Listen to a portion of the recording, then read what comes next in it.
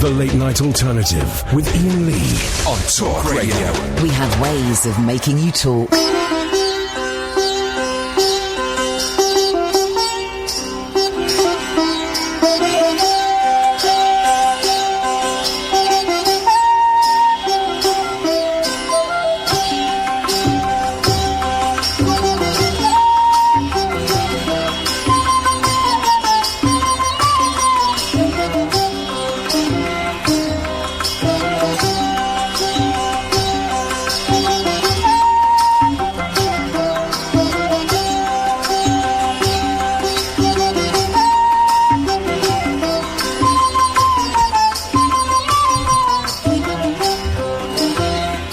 I know. We're talking about a book that is about the movie Help, and we're playing a sitar version of A Hard Day's Night. What? Now, the hardcore Beatles fans will know the connection. The hardcore Beatles fans... Anyway, you know I love the Beatles, right? Hey, by the way, coming up at midnight, we've only got bloomin' Loudon Wainwright III on the telephone. Oh, man alive, what a thrill to talk about his autobiography. But I saw this amazing looking... You know when you're online now and you buy stuff, and it's that weird thing where it says, well, you bought this, you might like this. And more often than not, the stuff they suggest is a load of old tat that I have absolutely no interest in whatsoever. But because I finally relented and bought the multi-disc Sgt. Pepper box set. Despite me not really rating Sgt. Pepper, I still splashed out 80 quid on it. What popped up that I might like, I thought, oh, do you know what? I might actually like that. And it is a stunning, stunning book. The Beatles, 8 Arms to Hold You, the working title for the movie Help, which I don't think it stands the test of time as well as A Hard Day's Night, but it's always been my favourite Beatles movie, despite the slight casual racism. The book itself is absolutely stunning, and I tweeted a few pictures from it throughout the week, including a very young and, let's be honest, a very delicious picture of Wendy Richards. I'm thrilled to say, despite him not knowing it was this evening, we've got the author of the book, Simon Wells, on the line. Simon, first of all, good evening to you, sir. Hey, fella, how you doing? Good to speak to you. I'm very, very well, and I apologise. I think that you didn't know you were coming on tonight when we phoned you up. I was in the bath, so it's very Beatles-esque. Are you still in the bath? I would Fifth Amendment on that one. No, I'm out. No. This, first of all, man, well done. Congratulations. This book is absolutely stunning. It's full of wonderful pictures from the movie, from behind the scenes, and there's loads. It really is absolutely gorgeous. And guys, can I just say, if my children had bought me this as a Christmas present, I would know I'd have brought them up the correct way. Why did you do this, Simon? Why did you put this together? Can I just first congratulate you for playing George Martin and his orchestra's Another Hard Day's Night from the original US soundtrack version of Help. Oh. I don't think it's ever been played on the radio once. Well done, sir. You've a world premiere. You've passed the test. I'm going to be honest. When I chose that, I thought, this will be a little test to see if Simon actually knows his onions. And it turns out, sir, you know your onions and your shallots. That was well played. Beautiful. Well played, you, sir. I think you can claim a world premiere on that. Okay, Help, the film, the Beatles' second movie, as a sort of confirmed institutionalised Beatlemania. I thought that someone had written a book on the film. You'd think so, wouldn't you? Of course. They write books on every atom of the Beatles' movements. And so I sort of discovered there wasn't. Yeah. So when I originally came to think about this, which was a couple of years ago, because it was, I hate to think, 50 years since... Help was released, the film, I sort of suggested to some people that it'd be a really good idea to celebrate it in some way.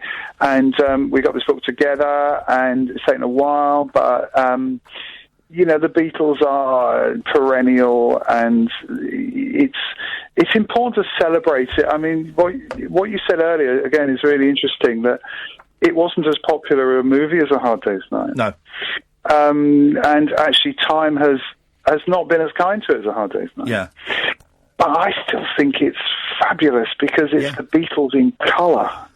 Oh, Simon, the scene, it still makes me laugh. I remember, this is how weird I was as a 16, 17-year-old kid.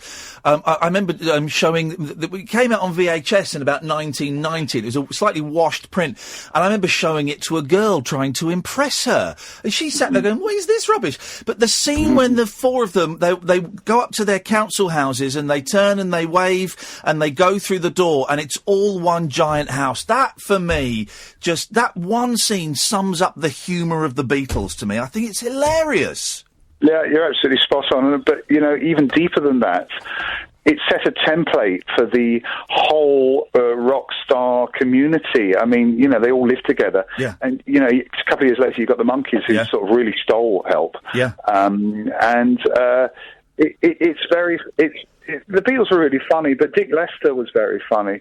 So you put those two together, you've got a riot, and it's the other thing which I always sort of point out to people about Help, that how sort of groundbreaking it was at the time is, there was no colour tellies, not even in the USA until later that year. I hadn't thought of that, you're right. So no one had seen the Beatles move in colour. Isn't that funny? Because we take it for granted now. Yeah, of course we take it for granted now. But of course, I'd never made that connection. So the thrill of going to see a 85-minute, however long it is, movie with them in colour for the first time, that must have been incredible. Yeah, I mean, it's historic. I mean, if I put my Beatle maniac nerd hat on, there was a Pappy newsreel in the late 1963 in colour, but not everyone in the world saw that. So it was the first time that people saw the Beatles move in colour for real, and that you cannot overstate the importance of that moment. So it's a Stoner's film, isn't it? Because they kind of have I got this right? They discovered marijuana around that time and were getting stoned, and there's some wonderful sort of stoner comedy. I mean, I used to quote it, and I'm trying to. When they go in the pub, we'll have 2 lagers and lime and 2 lagers and lime, please. It's just Jeweler. It's not working, is it, Jeweler? Jeweler, you can't do it, can you, Jeweler? It's just delicious. Well, there's a moment, they were stoned a lot on set, but there's a moment which I always point out to people, which is, to me, is just very sort of languid, and there's a moment when they're in the bathroom and all the vacuums suck all their clothes off and all the rest of it, and then there's a line in the script which says, Ringo says something, and then it says John and George laugh at Ringo's discovery, and they go, ho, ho, ho. Ho, ho, ho, ho. As if they do not give a monkey. Yeah. And they probably didn't. They probably didn't at that stage. It is a real development from A Hard Day's Night. I mean, I love A Hard Day's Night, but I feel this is kind of more the Beatles being themselves in it, and because of stuff like that, because of the oops, Charlie, Charlie, oops, Charlie, oops. Yeah. This wonderful wordplay that Lennon kind of throws in, and to be honest, in all the Beatles movies, George Harrison looks like he'd rather be anywhere else. I'd also say throughout the Beatles' career, actually, once Beatlemania hit, I think you're very right there. No, I mean, it just is. The problem is the Beatles were natural. They weren't actors. Let's say that. The probably closest was Ringo, but to be honest with you, they weren't. And they could only really play themselves well. So, of course, you call it. And also the other thing about a film, it's a time capsule, and it captures the Beatles in the first half of 1965, as A Hard Day's Night captures the Beatles in the first few months of 1964. So it's an invaluable document of who they were at that time. They weren't acting. They weren't being someone else. In fact, of all the Beatles' small canon of films, they only really played themselves, So, but Help is, I think, if we look at it more scholarly, it's a real tribute to Richard Lester's cinematography, because it's a stunning pop art artifact. Yeah. The design, we've talked a lot about it in the book. The design of the sets and also the costumes are just staggering. And the design down to the interior of the guy's London house. Yeah. And their clothes, which are just amazing. that's much bolder than the story to me. Oh, the story is kind of throwaway nonsense, and there is a few bits that Leo McKern's slightly blacked up to play an Indian, and the accents, you kind of think, well, yeah, it's kind of very much of its time. But you're right, it looks beautiful. And of course, Richard Lester, we had one of his compadres on, McGrath. What was McGrath's first name? I've forgotten. Joe. We had Joe McGrath on, who directed The Magic Christian. Right. We had him on the show, and we were just saying, Richard Lester, can you get him on the show? And he's like, nah, Dick doesn't like to talk to anybody. But it looks stunning. Of course, Richard Lester trod that fine line between doing very commercial movies and then kind of doing art house British surreal movies like How I Won the War. And this film kind of goes on both sides of that fence, doesn't it? Yeah, he sort of paves the way for that film. Yeah. But he was a surrealist, if it's not too highfalutin a term for, the sort of films he made. But he called the Beatles' attention with a short he made called The Running, Jumping, Standing Still Spike Milligan film. Yeah, which was, very sort of out there for its time. And certainly the Beatles, when Dick Lester's name was mentioned, they connected with that. And the Beatles, obviously Lennon, but the Beatles themselves loved surrealistic humour. And so they wanted that. A Hard Day's Night didn't allow for that. It was a straight reportage of what their life at that point. But they had more time and more money and more budget with Help, and it does show. But of course, it at times the locations and the supporting cast threatened to overwhelm them, and that's, I know Lennon later said, we were just extras in our own film. I think that's not so fair, because actually they are very large in it, but it's in danger of going that way. Roy, and in danger of being a traveller. I know what you mean. Now they're somewhere it's nice and snowy. Now we're in the Bahamas. Roy Kinnear in it is brilliant as the bumbling oaf, but man alive, watching that as a 15-year-old, I fell in love with Eleanor Bron. That was when I thought, she's the most beautiful woman in the world. Yeah, she was staggering. I think John Lennon thought so too. Yeah.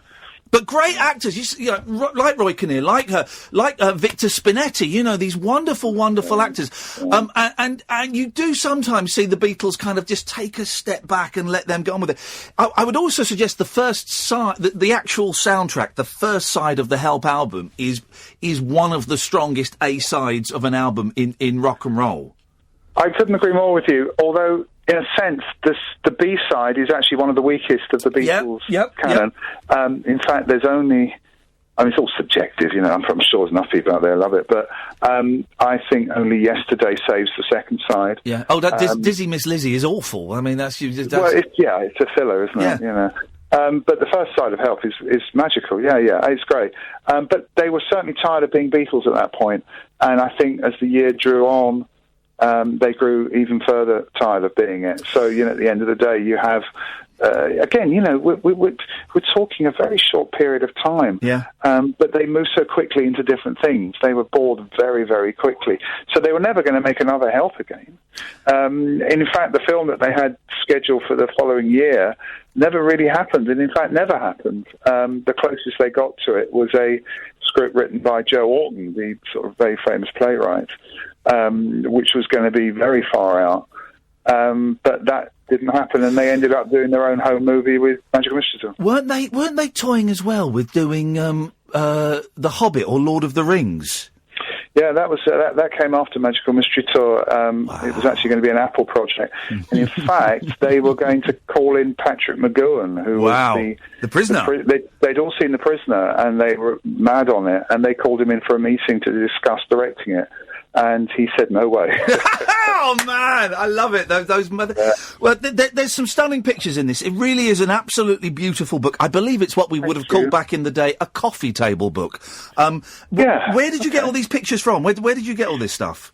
Well, it's one of those wonderful stories that don't really happen much, is that I was going through a photo library in London, and every photo library has photographs of the Beatles. That's, you know, as I always point out to people, if the Beatles had a press conference in the 60s, there'd be 100 photographers there, and 100 photographers took 100 photos each. You've got like 10,000 photos of them or whatever. So there's always loads of the predictable shots, but in a brown envelope, I found maybe 500 contact strips of Help, making of Help.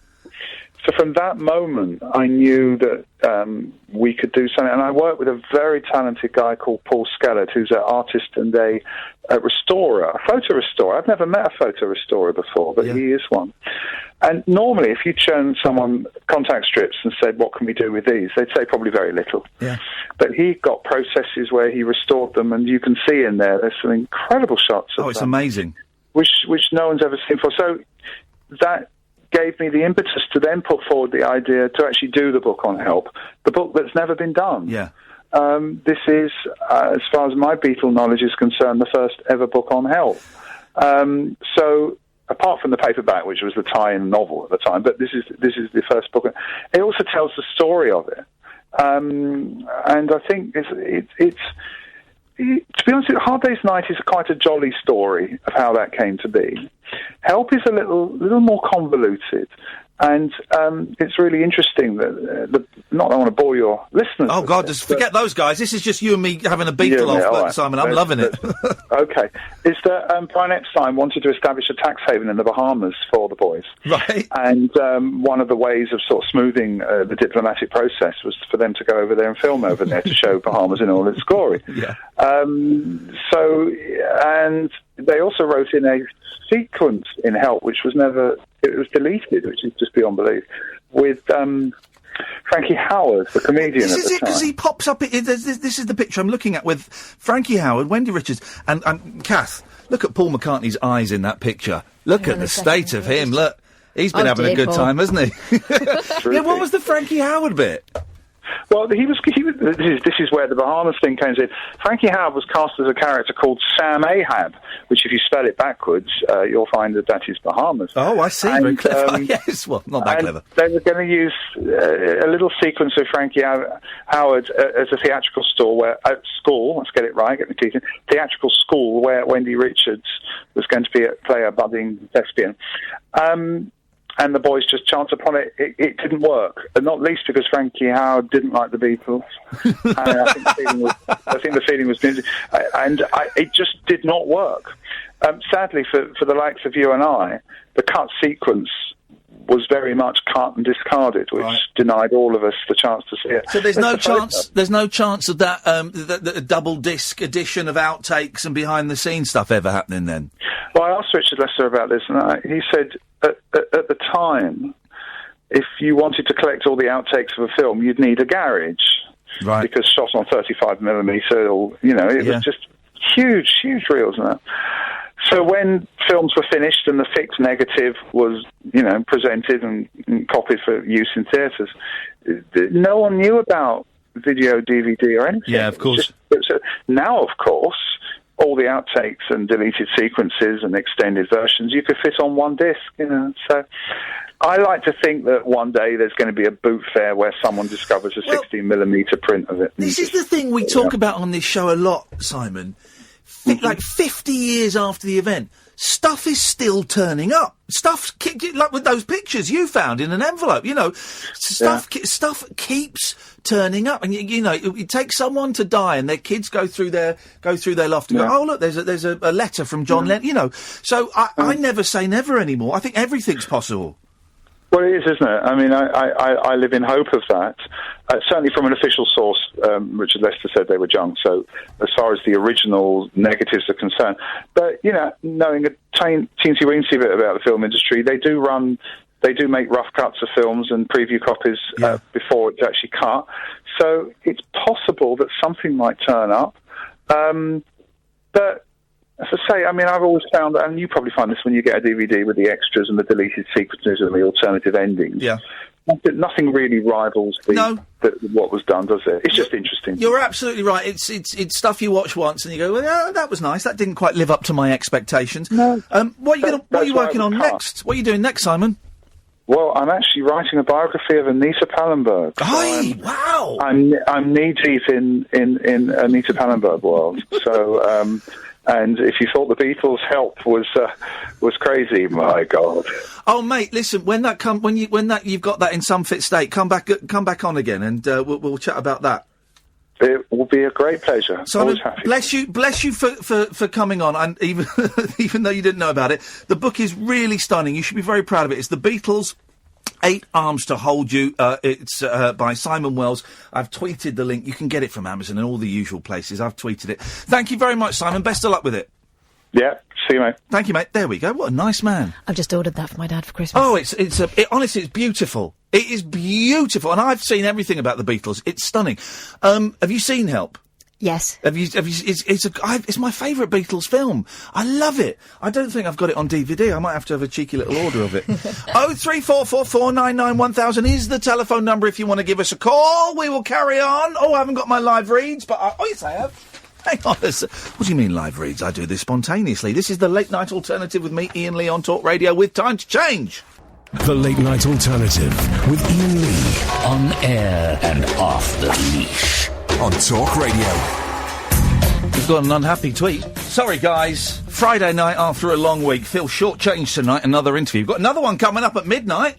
Was it shortchanged? What are you talking about? We're undercharging you for this. You get this for free. We could easily charge each of you a tenner per episode. And we'd still be out of pocket the amount of work and effort and elbow grease we put into this. What are you talking about? Shortchanged. Dom. Hello. No! Right, I've cut him off. We're shortchanged. We're shortchanged by our idiot callers. He had one thing to do. Just one job. One thing to do. We're going to... I cannot believe that. I'm furious with Dom. That's the way it begins. I am furious with Dom. When we go to Hull or Wolverhampton or whatever, he wants to interview me for a podcast. And I've said, yeah, of course you can. But all that interview is going to be is... Ask me a question. So, Iain, tell me about your first big break. A. And your second? A. Because that's what he was supposed to do. We'd arranged it yesterday. He would phone up and he would say the letter A, kick-starting our alphabet of love, I'm calling it. So what we're going to do tonight is, after we've got rid of these sad sacks waiting on the line, it's Alan and Barry, we're going to do the alphabet, OK? So just bear with me. Now, you know I have to do a rundown of the show and I have to keep notes of who's rung. Yes. I'm just putting in for Dom. Dom ballsed it up. Balls it right up, Dominic! He balls it right up! What a loon! Good evening, Alan. Hi, Ian. Oh, Alan sounds sad. Yeah, I'm sad tonight. What's wrong, Alan? On the wrong side of 37, and I'm still single. Well, But I've been single for 15 years. Hang on, let me do the maths. 37. Take 15.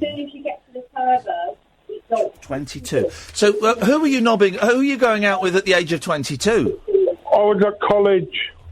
So, what, you were going out with... Everyone. Everyone in college? Mm-hmm. No, it was a girl I really liked. But my time at college finished and we lost contact. Oh. Well, were you actually going out with her, or were you doing a Nigel in Maidstone where you just spoke to her once? No, I was actually going out with her. You don't just lose contact with girlfriends. That doesn't just happen. The last I heard, she lived in Exeter. She moved away. Gosh, you were that upsetting, were you? No, it was a college romance. Oh, when you say a college romance, what do you mean? Romance, what do you mean?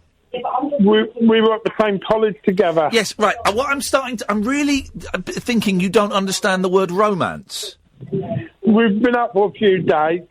Right. And we never got jiggy. Okay, well, maybe that's part of the problem, is that. But you constantly send, am I right, you constantly send many of our female listeners dick pics. Does that not... No. Sorry? No. No? No, I think my Facebook account has been hacked. And that's sending pictures of your penis? Yeah. Okay. How did the hacker get pictures of your penis? I don't know, because I didn't take any pictures of that. Did he hack your pants? No, I never took any pictures of that. So, has he got a telephoto lens? I don't know, because I never took any pictures. Okay. So someone's... Okay. So it might be someone else's pretending to be mine. Okay. Let me have a look at your penis. I haven't got a webcam. Okay, thanks very much indeed. Let's go to Barry. Good evening, Barry. Hello, Ian. Nice to have you back, Ian. It must be. Anyway. Yeah, Simon Wells, great guest. Just finished a book. I'm a little bit late getting round to it. No doubt you'd have read it. George Harrison, Behind Locked Doors. Yes. Absolutely excellent read. Hang on, what doors was he locked behind? Well, it's the title. I mean, I guess he was locked behind doors in his mind, battling the old Beatles thing. By the way, guys, if you got Netflix, you've got to watch that George Harrison documentary on there. That is going to, was it 3-4 hours? Gorgeous, go and watch that George Harrison, Oliver Stone, George Harrison documentary. Man alive, it's good. Yeah, the whole thing, the fascinating thing with George Harrison and the Beatles, you know, the whole spiritual thing and the battle against the material world and all that, yeah, I was totally fascinated. Ian, a couple of things, mate. I'm a little bit disappointed in Rocky. I did defend him, actually, on the Bill Haley issue. He lied about a rock star. He libelled Pete Townsend, and then he blocked me on Twitter. And then I noticed that he was still sending me messages, despite the fact I was blocked. How childish is that? Well, yeah, you know, I enjoy a bit of a difference of opinion on music with you, Ian, and yep. I think it's part of the programme, actually, to have a little bit of banter and express your views, but yes. I don't do all of that, no. Facebook and all that stuff, you know, but I just think he should be, you know, big enough to defend his music and phone you. Yes. He should grow up, he should man up, he should step up, he should make up, he should... Shut up. Sorry, I was just doing the thing. Yeah, step up to the plate. Ian, I'm a little bit... I've got a little bit of a problem, and I'm pretty sure that you could help me with this. Of course I could. It's a Monkeys question, and I totally respect everything you know about the Monkeys. Yes, I know everything there is to know now, about my favourite Monkeys song is Daydream Believer. Of course it is. It's a classic. At the beginning, there's a little bit of studio banter. Yes. Where he asks for a number. Is it 7A? I think it's Davy Jones. Yes. Do you know the bit I mean? I know exactly the bit you mean. And he finishes by saying, yeah, I know, don't get excited, man. It's because... Does he say, it's because I'm short, I know? Well, now, let's have... Here's the thing. I know everything about the Monkeys, right? Everything there is to know about the Monkeys. But I didn't know. It was only, like, 3 years ago, I worked out... I thought he was saying, right. Well, let's have a listen to it. Hang on a minute. Let me find it. It'll be here. Hang on a minute. It'll be on this. Where are you? This is brilliant, Ian. Thanks for this. Yes. Well, it's not brilliant radio, but this is what I will do for my listeners. I hope you don't feel shortchanged. Oh Jesus. Here we go. Right. Here we go. Right. Okay. Hang on. What number is this, Chip? 7A. Okay, no, I mean, don't get excited, man. It's because I'm short. Right, so what does he say there, Catherine? Because I'm short. No, what does he say? Do the whole thing. Okay, man. No, do that. Do what the number voice. is this? Yeah? What number is this? What name does he say? Listen. 7A. What number is this, Chip? Chip. Yeah, for years I thought you were saying Jim. I thought that. Even though the producer on the thing is a bloke called Chip Douglas. And so it's only like 3 years ago I went, well, hang on, I think he's saying Chip. 7A. What number is this, Chip? 7A. Okay, no, don't get excited, man. Just because I'm short, I know. There we go. Yeah, it's just because I'm short, I know. He was tired, the song wasn't in his key, and it was take 7.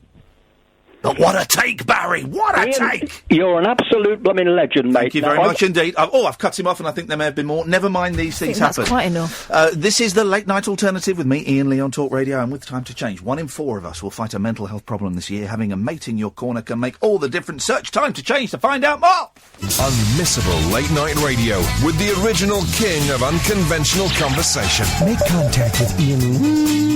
The Late Night Alternative with Iain Lee on Talk Radio. Radio. Oh, yeah. 0344 499 1000. I don't think I've got Skype open. No, I haven't. Let's open Skype. You can Skype us. Late Night Alternative. I've taken a Facebook ad out and I've focused it on Americans who are into speech radio, John Ronson and InfoWars. So that should get them calling in. Yeah.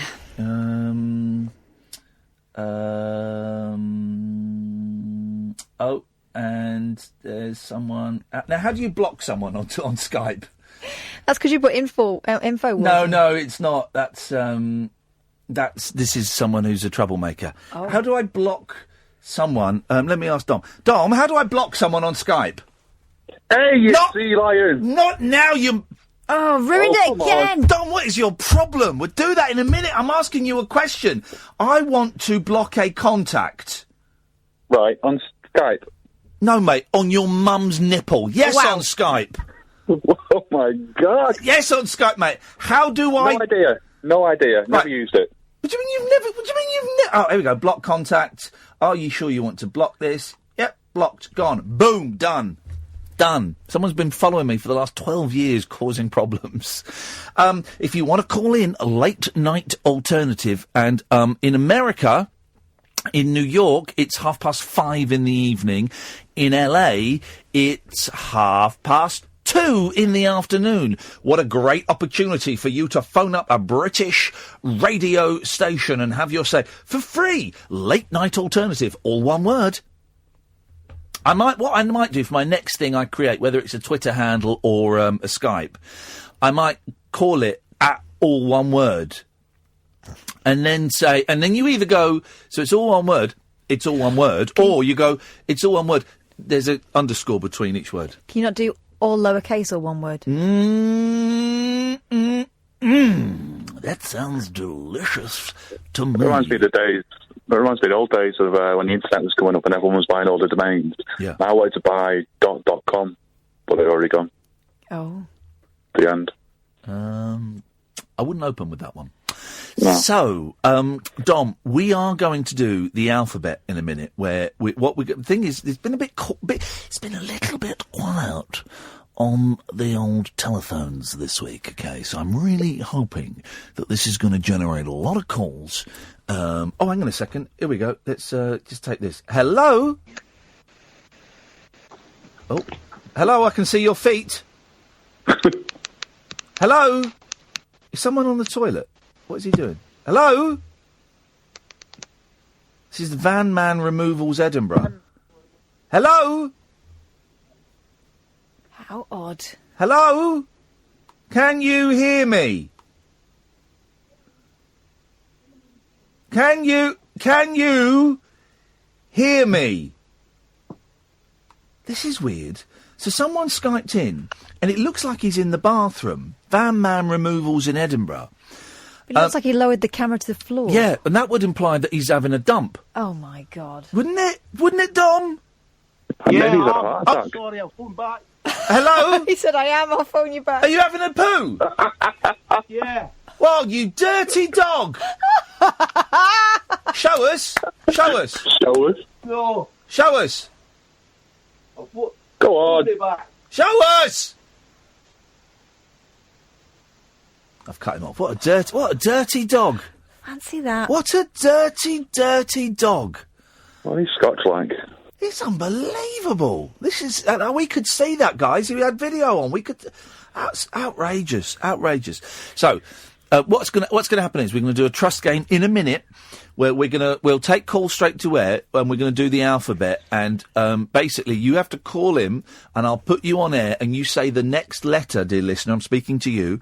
0344 499 1000 or Skype Late Night Alternative. You have to do the next letter in the alphabet. It's a trust game, it's a bonding game, and using that, we will be able to do the whole alphabet. But, Don, before we do that, just stay there. I will come back to you in a second because you are my A. My B is Nigel. Oh, God. Hello, Nigel. What is wrong with people tonight? Nigel! Oh, where is he? It's not him. On the toilet! It's not him. What is going on? Everyone's having... Have we found the secret to brown noise or something? Maybe it's because I followed through this week. Everyone's having a waz. Nigel? Hello? Yeah. I just had a pee. I know, mate, we heard it. You dirty dog. I thought, well, I get to do that before the other bloke finished. No, mate, you didn't. You got to do it on the air. Oh, dear. Miley Cyrus didn't hear it. I can bet she didn't. Okay, hang on. I've just got to put the organ on my lap. Hang on. What? I thought you'd have done that when you're in the bathroom. So, okay, I've done it. Right. I've got my organ on my lap. Okay, I see what you're doing there. I got my keyboard out for you tonight. Okay, well, you're going to play us... I've got a drum beat to put. I was wondering whether we could make a jingle up with my drum beat. I'd love to, mate, yes. Well, when you decide what we want to do. Yes. So, have you had a good day? It's been all right. Yeah. It's been I met Mr. Blobby and Paul Dunan today. Yeah? Is it the one that was on the telly? Yeah, he used to be in Hollyoaks. Mr. Blobby used to be in that radio presenters programme, you know, with the long blonde hair. What was that programme called? DLT's Nightmare Crush. Saturday morning programme. Pat and Mix, Big Night Out. No, it wasn't that. It was that. Did he David Hamilton's Web of Fear? The broadcaster was Nicky Campbell's Dungeon. The good-looking broadcaster with long hair. Oh, I know. Adrian Just's Wheel of Death. No, I don't think you're going to get it because he doesn't. He did that a quiz programme on Channel 4. Fancy that with Toby Anstis. There we go. Yeah. Anyway, it doesn't matter. I can't remember his name. No, I'll let you know when I remember his name. So, on my Facebook... Yes, Nigel? I've got a new drum solo you might have a look at sometime. It's at the top of the page. All right, let's have a look at it. 30 years old I did that. 30 years ago I did that. So it's not a new drum solo? No, but it's new for the internet. It's the first time I put it on because it was copied off a VHS. All right, onto my camera. Let's have a little look. Let's find... there's... Hang on. Yeah. I go... here we go. Oh, look at that, you got hair! I got dark hair. All right, here we go. Let's have a listen. And a beard. It's 3 minutes long. Is it? Right, right. When you say you've copied it off VHS, what you mean is you've played the VHS and filmed the television. Yeah, All right. I filmed it off the TV. Here we go. It's on here. You can hear me talking on it as well. Buddy Rich music.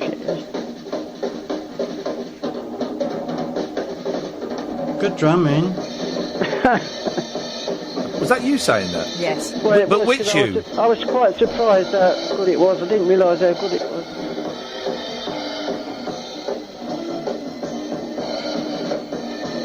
Do you like my jacket I got on here?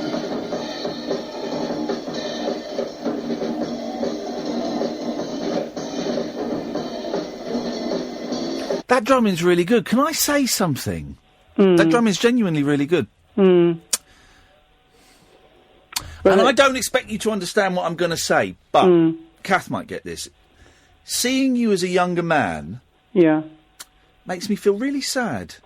But I think I look better. I like my hair better now. It's lighter. Yeah. I didn't like the dark hair because I would have dyed my hair this colour I've got, but no, I don't need to dye my hair fair because it's already fair now. So I didn't like the dark hair. So much I'd love to know about you, but I know that we're never going to find out.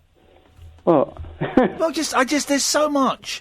Oh, yeah. I'd love to know about you, but I just don't think we're ever going to... I think even if you wrote a book, I wouldn't get the answer to the questions that I want to know. Seeing that video has made me feel really sad. But it was Buddy Rich music. It was quite hard it's good. to follow. It's good, Buddy Rich, isn't he? It was hard to follow, wasn't it? Because it was fast. Yeah, I'm just going to tweet your video, if that's all right. What, where to? On Twitter. Oh, yes, because it's not... I haven't put it on Twitter. What, onto your Twitter? Yeah. Is that your name? No, my name is Iain. I'm not is Twitter. It on your page on Twitter? Yeah. Oh, I see. I'll have to try and find that then, because I haven't signed into Twitter for ages. I've just tweeted it. Oh, right.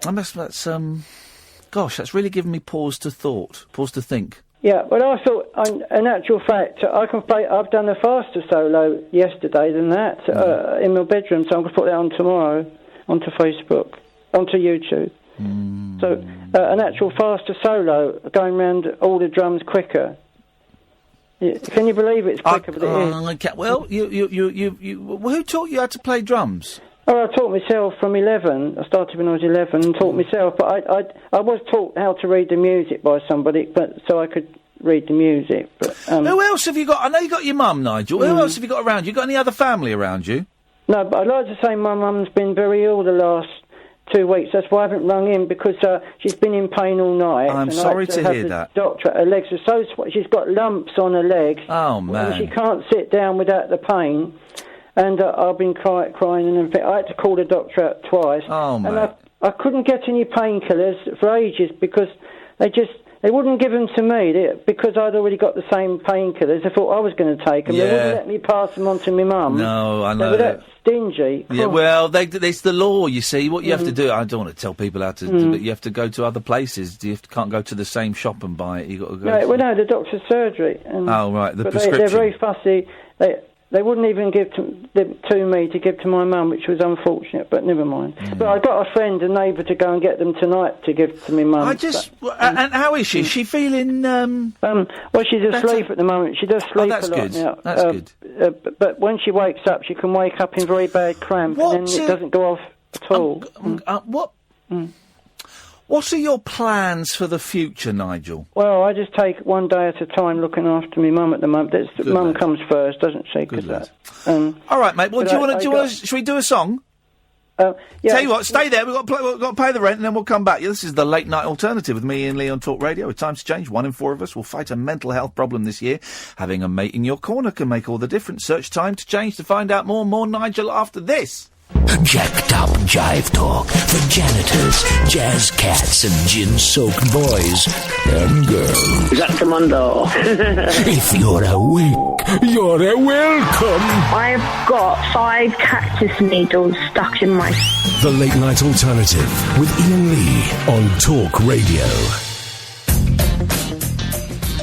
This is the Late Night Alternative with me, Iain Lee. Her Catherine Boyle on Talk Radio. With Time to Change, you can call in 03444991000. You can Skype Late Night Alternative, all one word. I'm going to keep saying it. It's early days of the Skype, and we get a couple of calls, but I'm going to keep pushing it, and I'm confident that within a few weeks we'll be getting calls from around the world. Dom, stay there. We're going to do the alphabet in a bit. Nigel.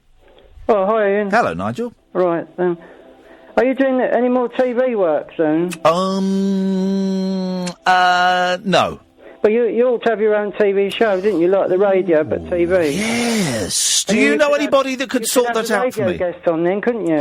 Oh, and then you could be on it, is what you mean? I could be on it doing my drumming. Unbelievable. And I could prove that I'm faster than Buddy Rich. Well, you are faster than him now. He's been dead a wee while. I know. I believe I believe I am as fast, or maybe even faster at going around the kit. Wowzers. Yeah. And it's all about speed.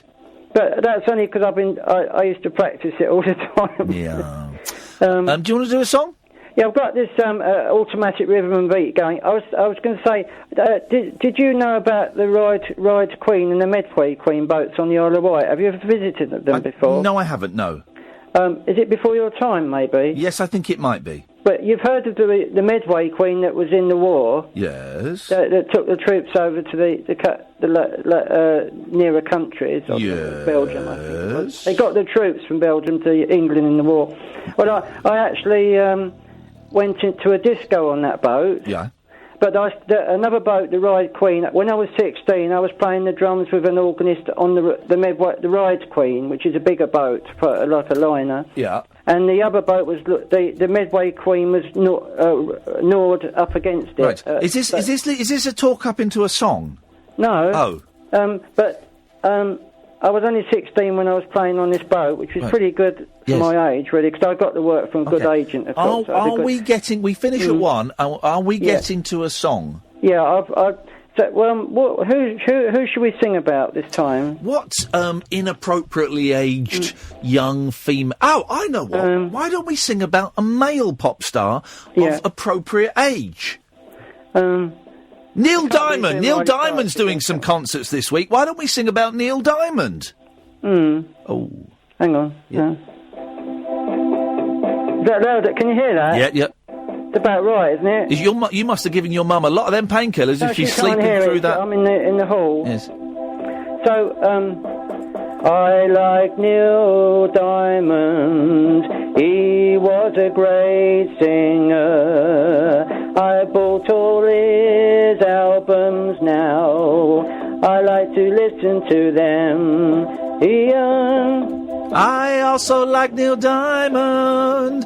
I think he's still a great entertainer, even though he's gotta be pushing 80. I like his albums, and my favourite. I haven't finished singing them. What a great singer he was. I went to all his concerts and had a great time too. Yeah, I like Neil Diamond. Here we go. What a great singer he was. Here we go. It's getting soulful, brother. I went to all his concerts. That's not true. And I took my girlfriend as well. That's definitely not true. I also went to all of the Neil Diamond concerts, and when I was there, I saw a cute girl. She was with a weird old guy, and when he went to the bathroom, I went up to her. I said, "Hey, what's your name?" And she told me. I said, "Who's that guy? Is he your dad?" And she said, "No, he's my boyfriend Nigel from Maidstone." And I said, "He was. You're coming home with me," and we went home and we made love. I like Neil Diamond. I went to all his concerts. We ate a great bash there on that day and drank a few pints as well. I like Neil Diamond. I went to all his concerts. I had a great time when I was there, so I'm making this record for you. Yeah. And I'm so pleased you got over the heartbreak of being done to the Neil Diamond concert. That's it. I couldn't hear you singing. That's great, Nigel. Thanks very much, man. Isn't that amazing how you can make a song up with a beat? That's what staggering. That's what songs are. Yeah. That's what songs are. They're made up. Once there is nothing, then there's a song. Someone has to make that up. And Nigel and I are gifted in that respect. Good evening, Dom. Hey. We're going to do it after 11, you muppet. It's the third time. Why would we do it now with 2 minutes to go until a minute to go until the break? Why would we even do that? I was influenced by Nigel going down a rabbit hole of laughing at himself, talking about himself, playing drums on TV. Our showbiz correspondent is obviously drunk and drunk tweeting, guys. Just if you want to see, he's tweeting Dappy. Right, so what we're going to do, Dom, and this is for you, dear listener, okay? After the news, we're going to come back and we're going to take calls straight to air, 03444991000, and we're going to do the alphabet. And Dom, when we come to you, you're going to do A, okay? Okay. And then you're going to put the phone down. You can phone back if you want to do another letter in the alphabet, and that's how it's going to work. That's how it's going to rock and roll. All right, Dom? Okay. So what are you going to do when I come to you next? I'm going to say A. Thank you very much indeed. I bet he balls it up a fourth time because he's the type of person. He's the reason we should stay in Europe, because when all the Polish and Italians leave, it'll be him that'll be serving me coffee and he'll muff it up. 03444991000. This is the Late Night Alternative with me, Iain Lee, on Talk Radio. And with time to change, 1 in 4 of us will fight a mental health problem this year. Having a mate in your corner can make all the difference. Search Time to Change to find out more. Talk Radio. 03444991000. Pip, pip, pip. The Late Night Alternative with Iain Lee on Talk Radio. We have ways of making you talk. Hi there, nice to be with you. Happy you could stick around. Like to introduce Legs Larry Smith, drums. And Sam Spoon's rhythm pole. And Vern Dudley Bohay Noel, bass guitar. And Neil Innes, piano. Come in, Rodney Slater, alto saxophone. With Roger Ruskin Spear on tenor sax.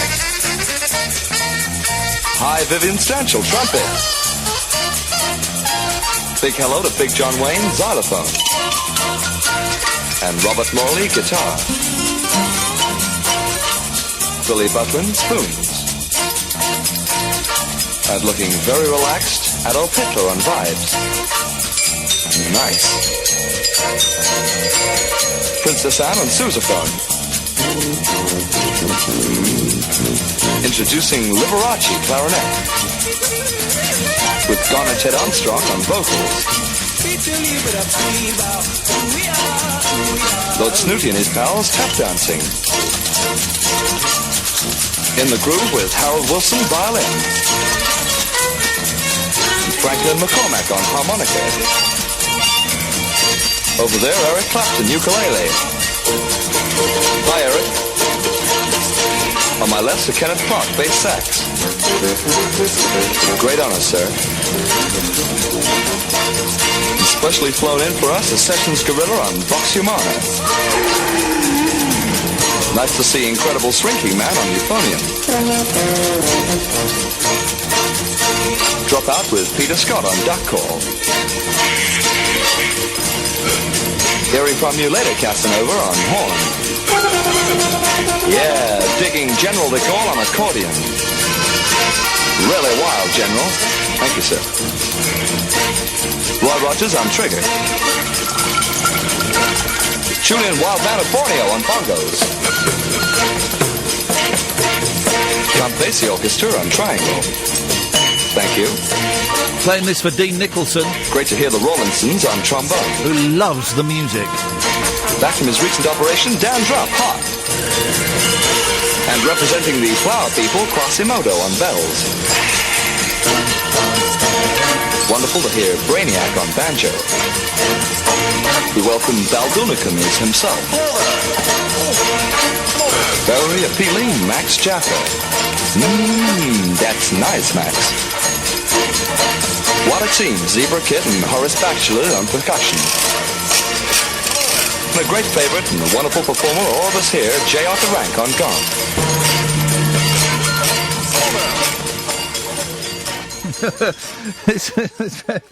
I love that song.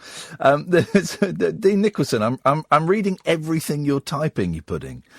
I'm reading everything you're typing, you absolute muppet. It's a fellow who hates me and who hates the show, and like all of the haters, listens to it more than anybody else. It's wonderful. This is the Late Night Alternative with me, Iain Lee, on Talk Radio, and with Time to Change.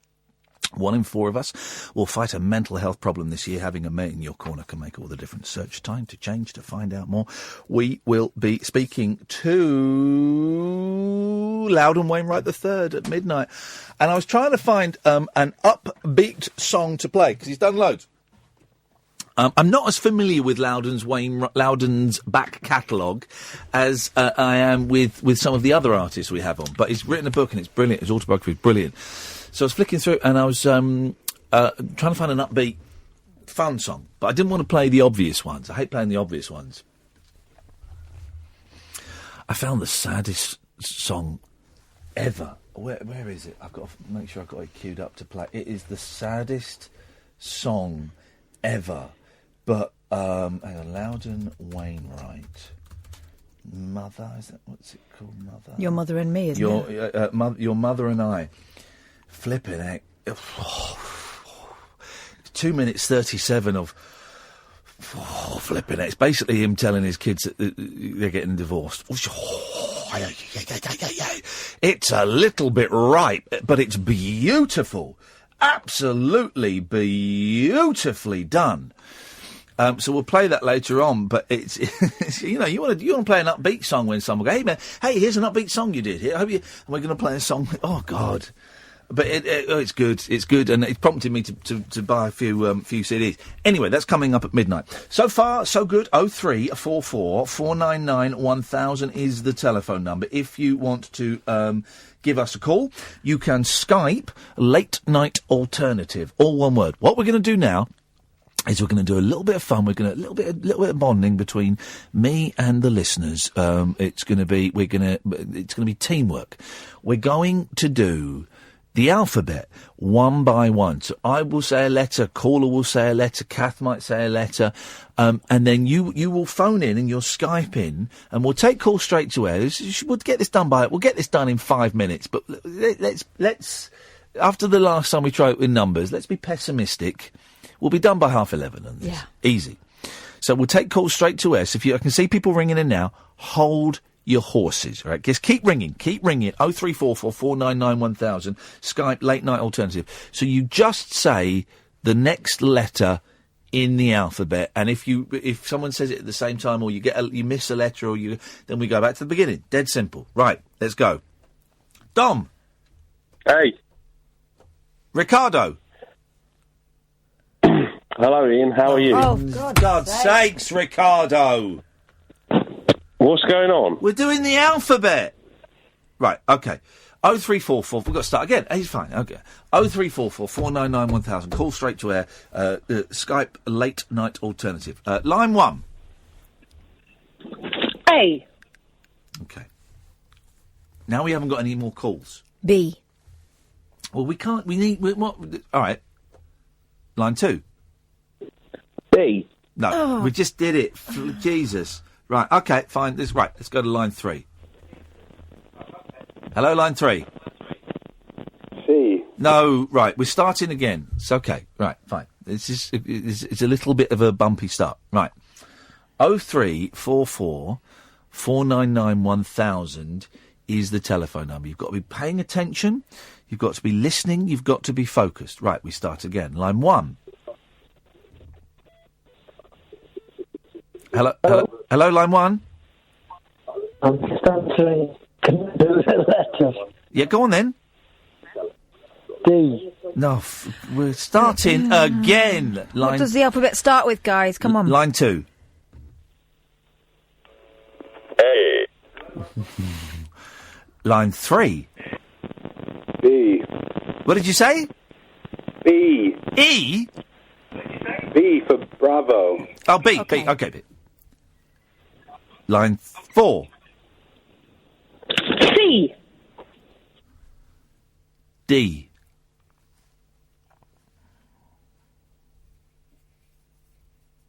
E. Okay, we need some more. We need some more.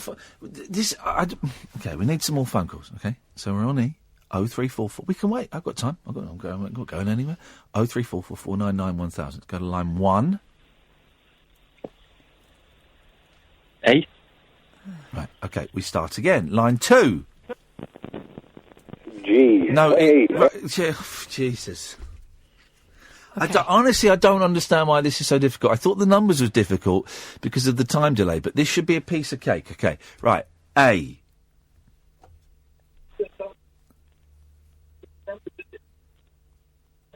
Go on. B.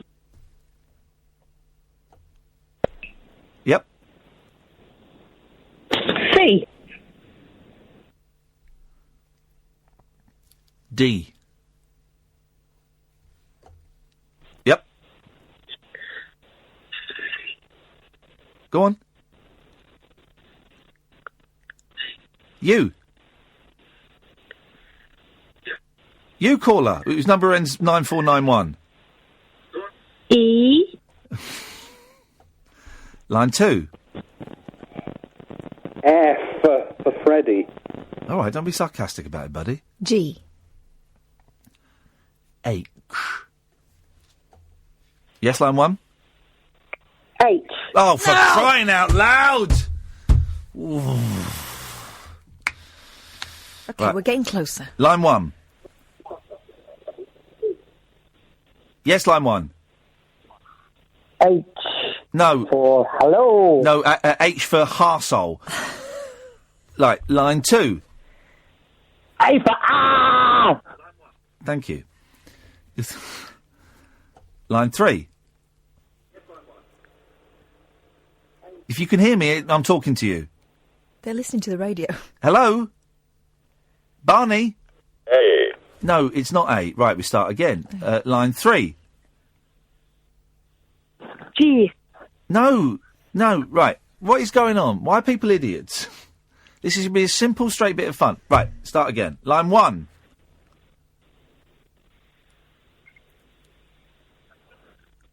Hello? Hello. Yes? K. Are you deliberately trying to wind me up? Is this a prank call? No. Right. Where do you live? Tell me where you live. England. Right. A bit more specific than that, please, because we're triangulating your thing. Because after the show, I'm going to come to your house and I'm going to knock on the door and I'm going to punch your face in. Right here. Right. Right. Start again. Right. Hello, line 2. A. Thank you. B. Yes?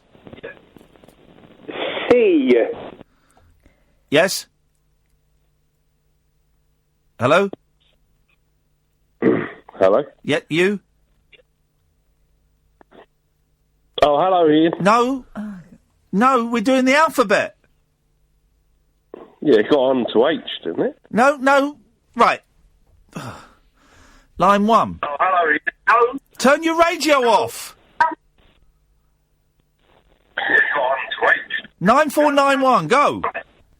Right, it's gone. Line 2. A. B. C. Yes? H. Oh, I'm nearly right. So frustrating. Right, let's all take a deep breath and try again. We're Here we going go. back. Here we go. Line 1. You're not exactly high IQ, are you? Sorry? Moron. What? What did you say? He said, you're not exactly high IQ, moron. Someone called me a moron? Call you a moron. A moron? Someone called me a moron? Right, I'll phone him back. I know how to do it now. Let's call him back. This guy's not exactly I'm high gonna call- IQ. You've got his phone number. I'm going to call him a moron, and then I'm going to hang up. Welcome to the EE voicemail. I'm sorry, but the person you've called is not a moron. Please leave your message after the tone. After you finish your message, just hang up. Or to hear more options, please press 1. You're a moron. Right, it's gone. Line 1. Hello, I'd like to talk about Brexit. Oh, for God's sakes. Line 2. 4. Oh, jeez. Right. Why do people always spoil it? This is the Late Night Alternative with Iain Lee on Talk Radio with Time to Change. Late night conversation worth losing sleep over. The Late Night Alternative with Iain Lee on Talk Radio. We have ways of making you talk. I'm feeling lucky. Let's go straight in. Line 1. Number 5. Right. So we've got jokers out there. What we're trying to do, can I just explain? This is a very serious thing that will create trust between myself as the presenter, Catherine as the co-presenter and the producer, Hi. and also you, the listeners. And it just means that if we've got this trust in each other, then we can say and share anything, and we can really start taking this show to the next level. I'm up for an award next week. Very, very big industry award. Is it Best Personality on the Radio? He's the nicest chap, yeah. Nicest chap. Radio personality, right? The Aries, the biggest thing in this country. And I'm up for it.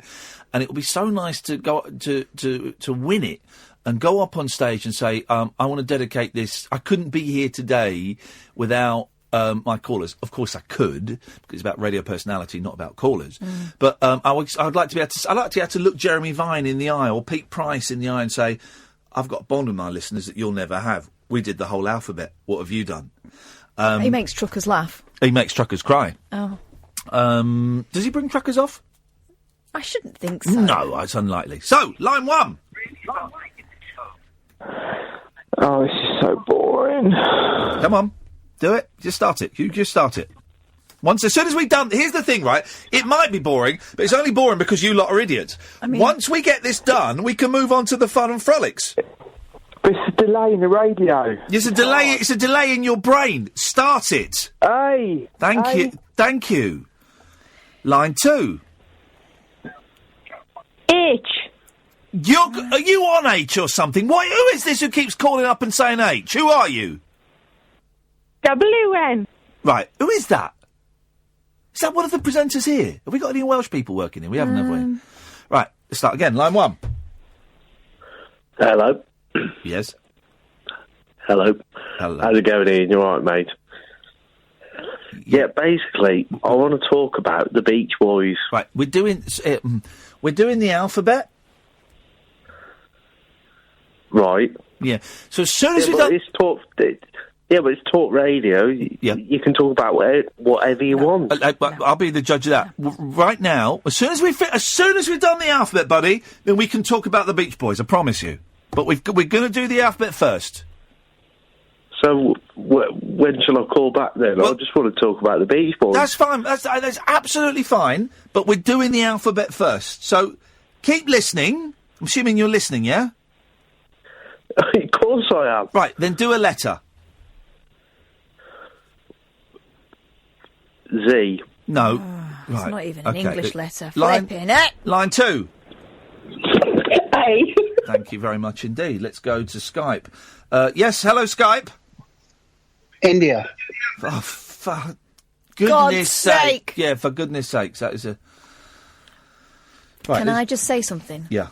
Guys, this isn't hard. No. This isn't hard. And actually what's happening now is that you're wasting your time, not ours. Yeah. So, let's just... Alan's on Skype. Hello, Alan. It's difficult to get the timing on this. Can I have a clue? Right, we're starting again. Oh, you need to give me a better clue than that. Oh, for goodness sakes. Right, line 1. No, it's 9491 is getting on my... You're going to get banned in a minute, 9491. Turn your radio off. Give us the letter. A. Thank you. Line 2. Because of the delay, I'm going to say Z. We did it. Z. Yeah, because of the delay, I'm going to come to your house and I'm going to put dog faeces through your letterbox. No, not your house, your mum's house. Line 1. Egg. Beautiful. Thank Here you. we go. Got a very good feeling about this run. Line 2. Okay, right. I'm still going to say that we're on the second letter. Because that was just a noise, wasn't we're it? on the second letter. Let's go to line 1. E. Sorry? E. E for what? E saying E for egg? E. Right. E. No, we're on bear. Right, stop. Now we're on A. Okay. So, right, he's gone. So let's start again. Line 1. Lemon drizzle. I mean... Is that even a joke? Right, let's take a call on Skype. Hello, Dan. A. Thank you. And I got to see him there. Line 2, second letter. Here we go. B. Here we go. Here we go. Here we go. Now we're on to the third letter. Let's go to Alan. Hello, Alan. Jackass! Right, I'm going to activate my video so you can see how unimpressed I am with that call. Jackass! Okay. Can you see the video, Alan? Jackass! Just so everyone knows, that was Alan that spoilt it for everyone. Line 1. B for bummer. I knew he'd get it wrong. Dom's winding me right up. Can we block him? No, because we need as many calls as we can get. Line 1. A. Thank you. Line 2. B. What did you say? B. Yeah, okay, we'll have that. Good. Okay, so line 3. Hello? Yes, you're on the air. Hello, it's Martin from Birmingham. I couldn't give it a monkeys. What letter are you going to say? Right, I want to talk about fake news if you don't mind. What? I want to talk about fake news this week. What fake news this week? That is the government's that's proposal, right, to cap the energy prices for people like on low incomes. Right. Okay. Well, that's great. We can do that after we've done the alphabet. Okay. All you've got to do is say the letter C. C. There we go. Beautiful. Let's go to line 2. Hello? B for Bernchels. So B4? Bernchels. Okay, right. Well, that's A, it was D, and B, that is apologies to our Hindi and Urdu-speaking friends. That was, I'm sure he was saying banjo, as in the instrument, right? Sure. Right. Let's take a Skype call. Hello, Chris. Steve. Look at me. Hello. Oh, what? I'm confused. Yeah, C for confusion.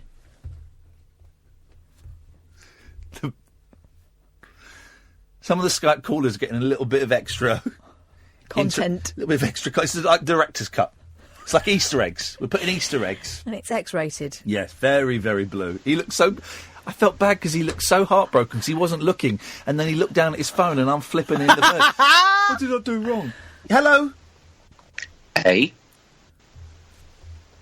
Wait.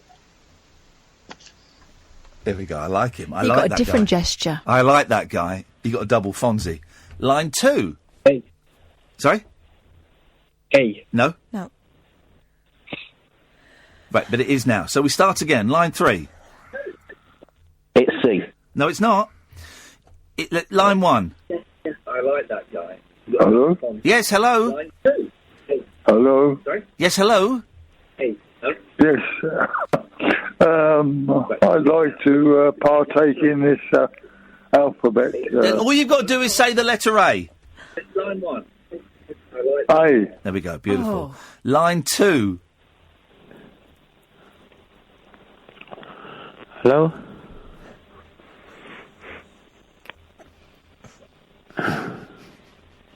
Yep.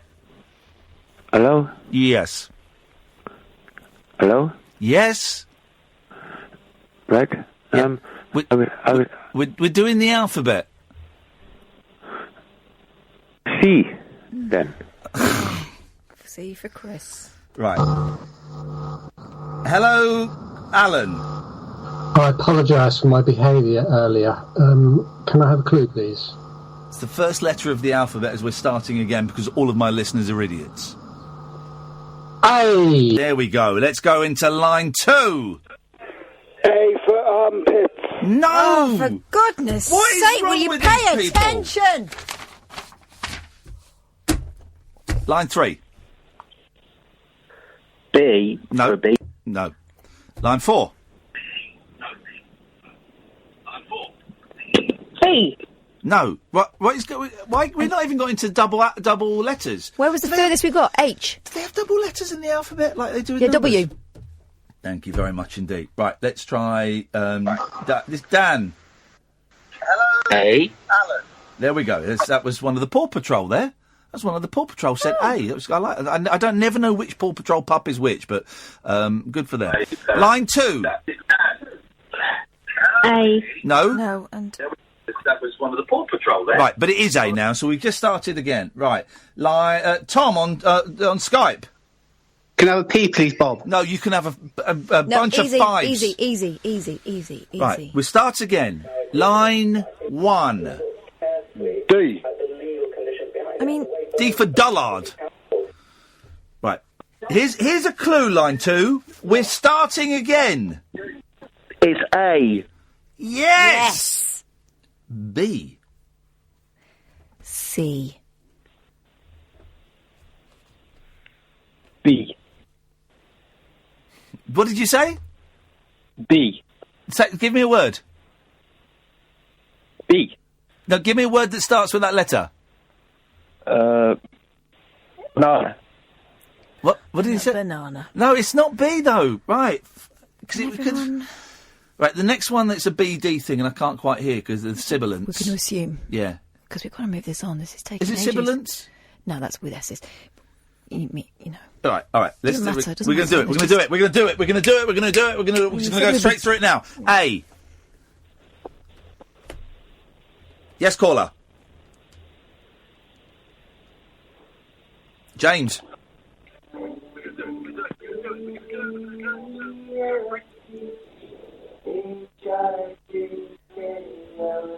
Who's this? The alphabet song. Right. Is he taking the mickey out of me? I think he might not be taking this as seriously as he should Are you be. taking the mickey, James? Is this a joke to you, mate? We did it. Yeah, I'm there. Is this a joke, mate? We did it. Is it a joke to you? It's your ABC. I only stayed that long because I couldn't, for some reason, I couldn't get the cut-off button. Right, we start again. A. B. Caller. 69. Let's have a break. The Late Night Alternative with Iain Lee on Talk Radio. We'll get you talking. To listen and dig this, right? We'll try again. Why? It's really simple. There's no trick to it. It's just a trust thing. We do letters A, B, C, D. We just get through to the alphabet, get to Z, and then we're done. And then we all high five, and then we can crack on with the show. It's as simple as that. 0344 499 1000. You can Skype Late Night Alternative. I see a couple of people we've missed on the Skype, so let's call this person back. No, they're not going to answer, so we'll just take a call. Line 1. I couldn't hear what they said, so I'm going to assume that was an A. Line 2. Hello? Yes. What number are we looking for? Line 3. A. Alan? It's Trey speaking. What letter is it?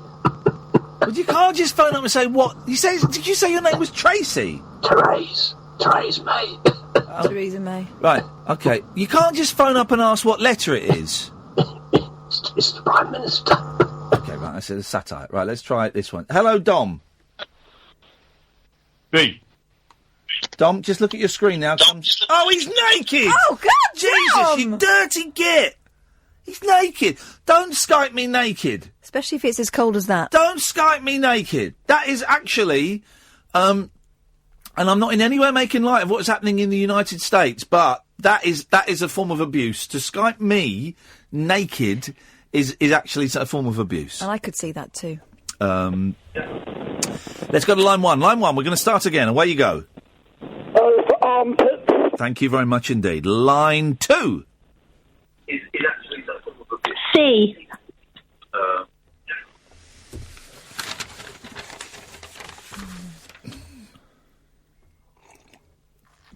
Are we not explaining this right or something? I Because don't this was think we supposed to are. be done within 10 minutes. I don't think we are.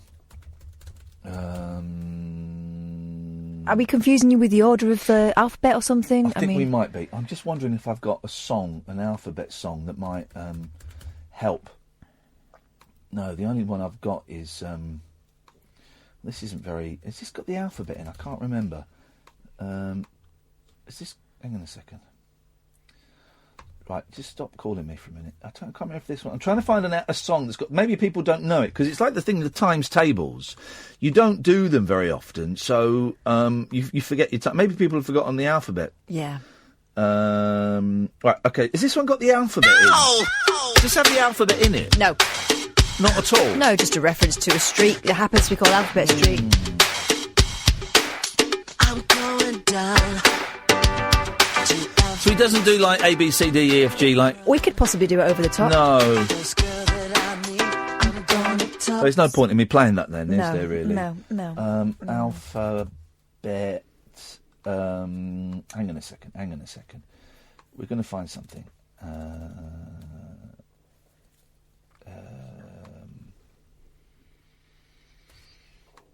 Hang on a second. Here we go. This might help. Noodle doodle came to town with lots of straight spaghetti. Twisted it around and round and round. Now this is what you get. No, it's Noodle Doodles. I thought it was Alphabetti Spaghetti. No, that was Noodle Doodles. That's just going to confuse everything, playing an advert for Noodle Doodles. Yeah, absolutely. Let's carry on. Let's go straight in. Line 1, go. Hello, I'd like to put forward the letter A. And this is gratefully received, sir. Thank you. Finally. Line 2. B. Here we go. C. Line 3. And this is gratefully received. B. Thank you. What are you saying? B for bum. Right. Could you... Here's the thing. That's 9491. 9491 keeps popping up and is going to get a knuckle sandwich. Yes, Alan?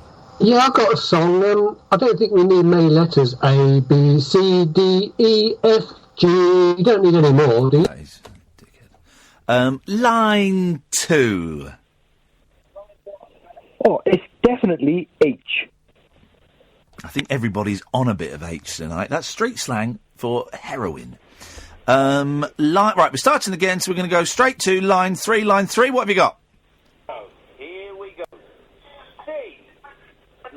Hello? Tell D. What? D. Right, you're an idiot, right? Because I put you through so you were on the air so you could hear me, and I said deliberately you would have heard me say, right, we're going to start again. You know what the problem is? Yeah. They're listening to the radio and not the phone. Mate, if you ring us, listen to the phone. Ian, I'll tell you what is the problem. I'll tell you. It's because I'm listening on my smartphone. Right. So when I call up at the right time... caller. Mate! You were listening. You should have been listening. I can't listen to you on Sky Digital. You should have been listening. My digital radio can't pick it up. He's not listening now! He's not listening now! He's not listening now! You're not listening now! I'm listening now, Ian. Right, I said we're gonna start again, and that was your cue to say A, and you said D. What alphabet starts with D? Because I was listening to the radio, because you said start again, then it was C, and you said let's go to line 3, and that was me, and I said D. Yes, and when it came... comes after C. He's not listening now. No, he's not listening. This is the and problem. then when it came to you, and you were on the line, I said we're starting again, and you should have said A. Do you know what, Ian? I apologise. Go to bed, buddy. Go to bed. No. Go to bed. I only want to talk about Beach Boys. No. Yaran, When we've Yaran. done this, we can. Ay. Right, here we go. We're going to start again. Line 2. Hey. Here we go. This is it. I can feel it. I've got a very strong vibe about this. Let's go. B. Yes, caller. C. What? C. Well done, Yes. caller. Yeah. D. Hello, caller. Ghostbusters 2. You're going to get Oh, right. mean. You think that's funny, don't you? No. Right. I think we need to start taking names. Right. I'll start. A. Caller. Ace of Spades. Caller. A. She gets everyone right. Every single one right, this woman. I know. I don't know who it is. Every single one right. Let's go to Skype and Dan. A. Hang on, Dan. Just going to get up my video feed for you. Hang on, mate. I'm just going to send you a little private Easter egg. Yeah. Right. We start again. Caller. Alpha. Okay, fine. We'll take Greek alphabet. That's fine. Line 2. Ding dong, ding, the party is about to begin. All right, Pink, calm down. Because Pink did a song about a party. I thought it was quite a witty put down. She did. But that doesn't help us with the alphabet game. You sure. Right, line 1, go. Go. B. Right, you're an arse. Right, okay. I feel embarrassed to talk about Time to Change now because Time to Change does brilliant work, okay, and they're helping out with the show for a month, and yet I feel like I'm dragging them down. I'm going to do this, but I'm going to put the caveat that the last 40 minutes we've wasted on this, the last 40 minutes of radio is nothing to do with our friends at Time to Change, okay? I just want to make that completely clear. They are better than this. This is the Late Night Alternative with Iain Lee on Talk Radio with Time to Change, although they're nothing to do with the last 40 minutes. 1 in 4 of us will fight a mental health problem this year. Having a mate in your corner can make all the difference. I wish I had some mates in my corner right now. Search Time to Change to find out more. Go to the ads. Across the UK, online and on DAB. The Late Night Alternative with Iain Lee on Talk Radio. Okay, we've got someone on Skype. Hello, cool man. It's Shalom. Sorry? Shalom. Sarong? Shalom. Salami? Yes, I was wondering, how are you doing? Why are you... Oh, steady. You done that? We dumped that, but I'm going to apologise to our friends on Periscope. That you heard some language there, and it may have slipped out on the radio. I don't think it did, but because I did the double dump. Did that go out? I think.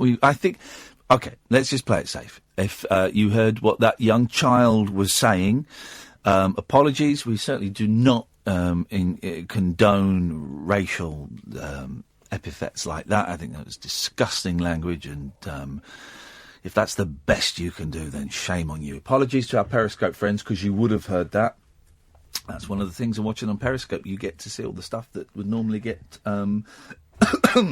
Or having a Theresa May. That was disappointing. But also, have I got to do another show where I educate these kids about prank calls? I tell you what that was. I think he may have been an American. I think he may have been responding to the advert I put on Facebook. Because when I played Xbox Online with American kids, I don't really do it now because you don't tend to get paired up with Americans. But that word gets bandied around. The N word gets bandied around a lot by white American kids, and they'll call each other that. And they mean it in a racial way. It's not that, saying I'm with my homies kind of thing. They mean it as in you are worth less than me kind of thing. Very, very poor show, young man. I'm typing. There we go. Right, we'll start again. Line 1. That was disappointing. Hello, line 1. Another show where I educate. Hi, hello. No, I'm not. Guys, you've got to be quicker than me. Right, I want to get this done before we get loud and on at midnight. So, line 1. A. There we go. We're in. We're in. Treat it gently. B. Caller? Am I the start? No. Can I start with A? No. No. B? No. C? Perfect. Yeah, we'll do that in editing. Line 3. D. E. Caller? There we go. Now we're getting somewhere. Line 3. You do it, Kath. You do it. Why are you shaking your head? Do the letter. I don't know what letter it is. Caller? F. Right, okay, that's Kath's fault. That was G. What the hell is wrong? What the hell is wrong with you, woman? Got someone swearing at me on Twitter. Who's swearing at you? That guy again. But it's okay, I've dealt with him. Which guy? Couch Potato? Yeah, that one. All right, well... It's okay, it's cool. Well, just block him. I want him to see what I've written first, because it's funny. And then he's getting blocked. Okay, what have you written? Let me see. Why is he swearing at you? Because I've upset him. I said, if you want to be an arse about it, then F you. Oh, no. No, sir. We will not tolerate that language. Good evening. There we go. I'm not having... if anyone's going to say F you to you, it's me. Well, it's another one for the tribunal. Yeah, I mean, one day I'm going to get a nice little payout. Right, here we go.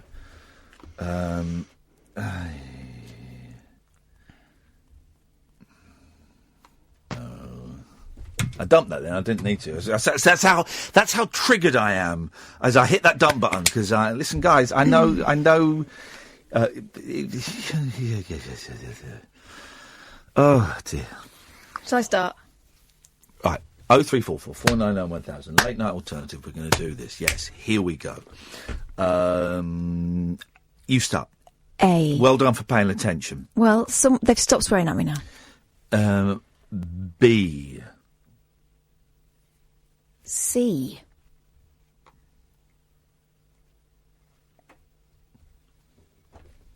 Caller? My name is Jeff. No. I don't even know what that was. Caller? D. Here we go. E. F. Caller?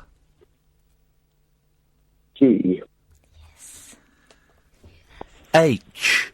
Caller? I. J. Caller? K. L. Caller? M. N. Alan? O. P. Caller? N. Alan. Caller? P. Oh, you absolute 9491. Right. I'm not taking any more calls from 9491. I'm not taking any more calls from that absolute muppet. What a waste of space that person is on this planet. Doesn't have any purpose apart from to wind me up. That's all it is. And at this point, we'd just like to apologise to everyone who worked really hard there to build something quite Yes. beautiful, only for someone to come in and, very much like they did with the Blue Peter Garden that time, just destroy it, just for fun. Wasn't that a famous footballer? Was that Rio? It wasn't Rio Ferdinand. No, It was I think it someone. was Ian Right, wasn't it? Oh, was it? Right, we start again. Good evening, Wayne. Wayne. A. Here we go. Here we go. B. Caller. B. There we go. Dan. R.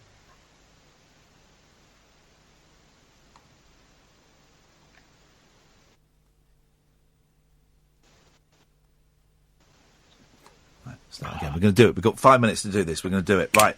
Kath, start us. A. B. Caller.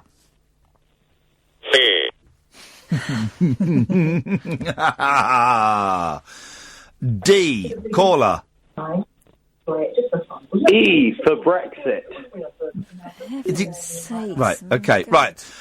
A. B. Caller. C. D. Caller.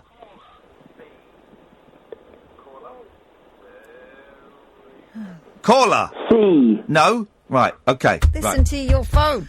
A. B. My name is Jeff. Right. A. B. Caller.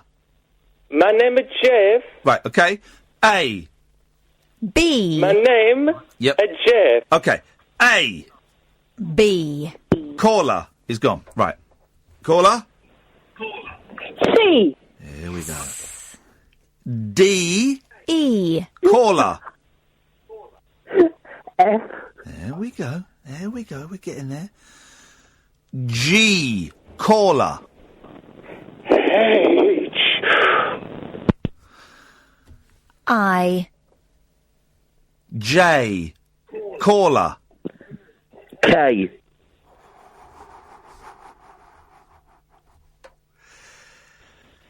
L. Caller.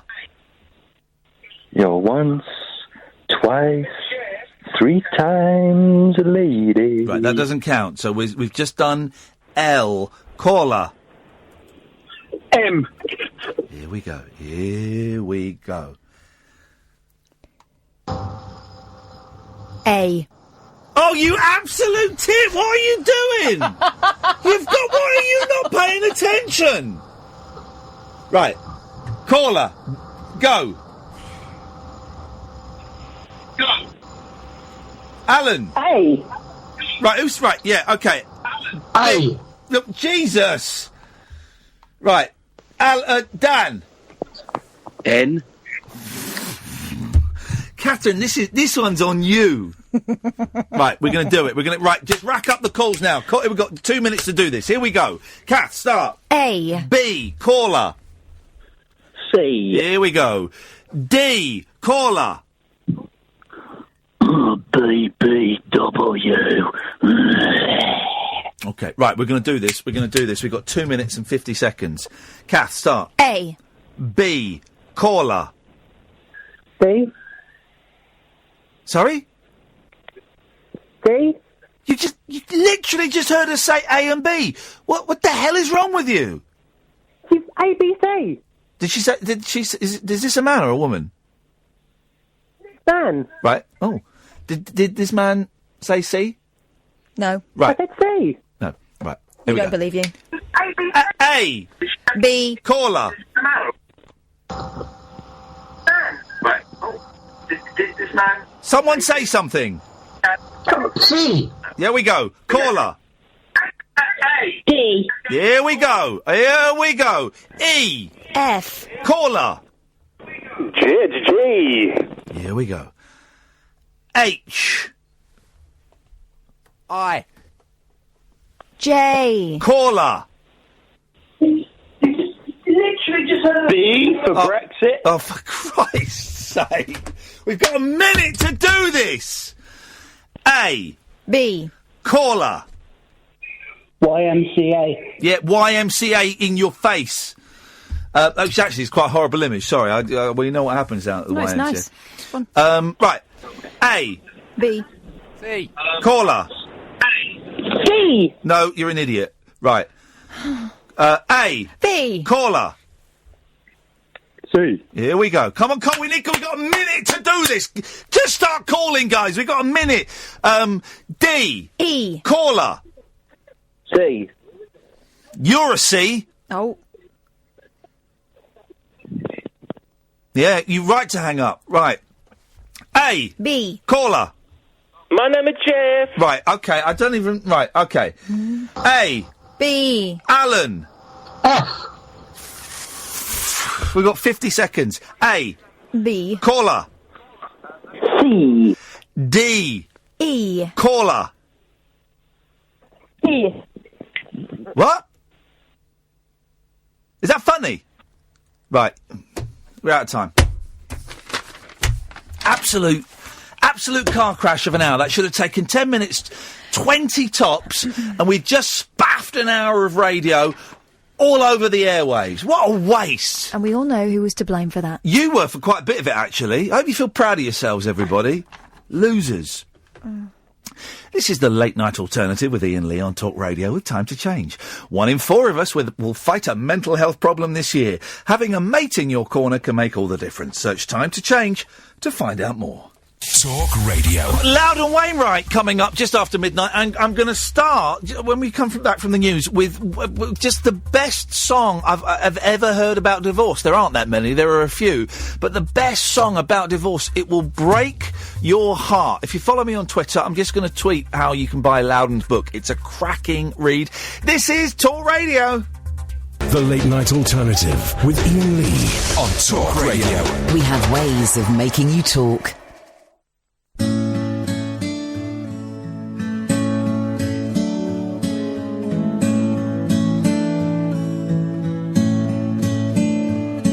Your mother and I are living apart. I know that seems stupid, but we weren't very smart. You'll stay with her, I'll visit you. At Christmas, on weekends, in the summertime too. Your mother and I are not getting along. Somehow, somewhere, something went wrong. Everything changes, time takes its toll. Your folks fell in love, love's a very deep hole.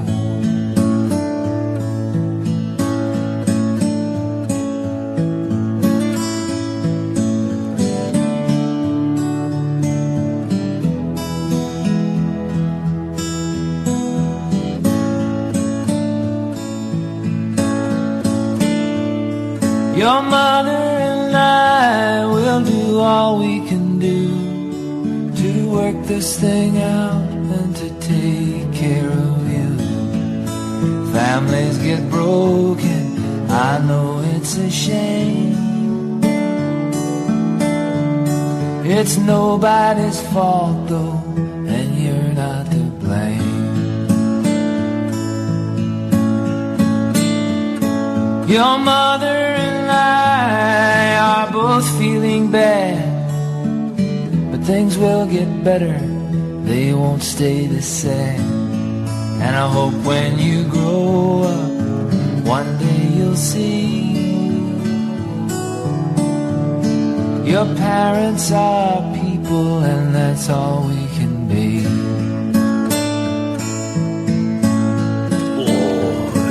Your mother and I. Isn't it though? Oh, flippin' heck. That cuts close to the bone, doesn't it, guys? How can you not feel like shedding a tear listening to that? Your Mother and I by Loudon Wainwright III. He's got a book out. His book's coming out soon. Liner notes on parents, children, exes, excess, decay, and a few more of my favourite things.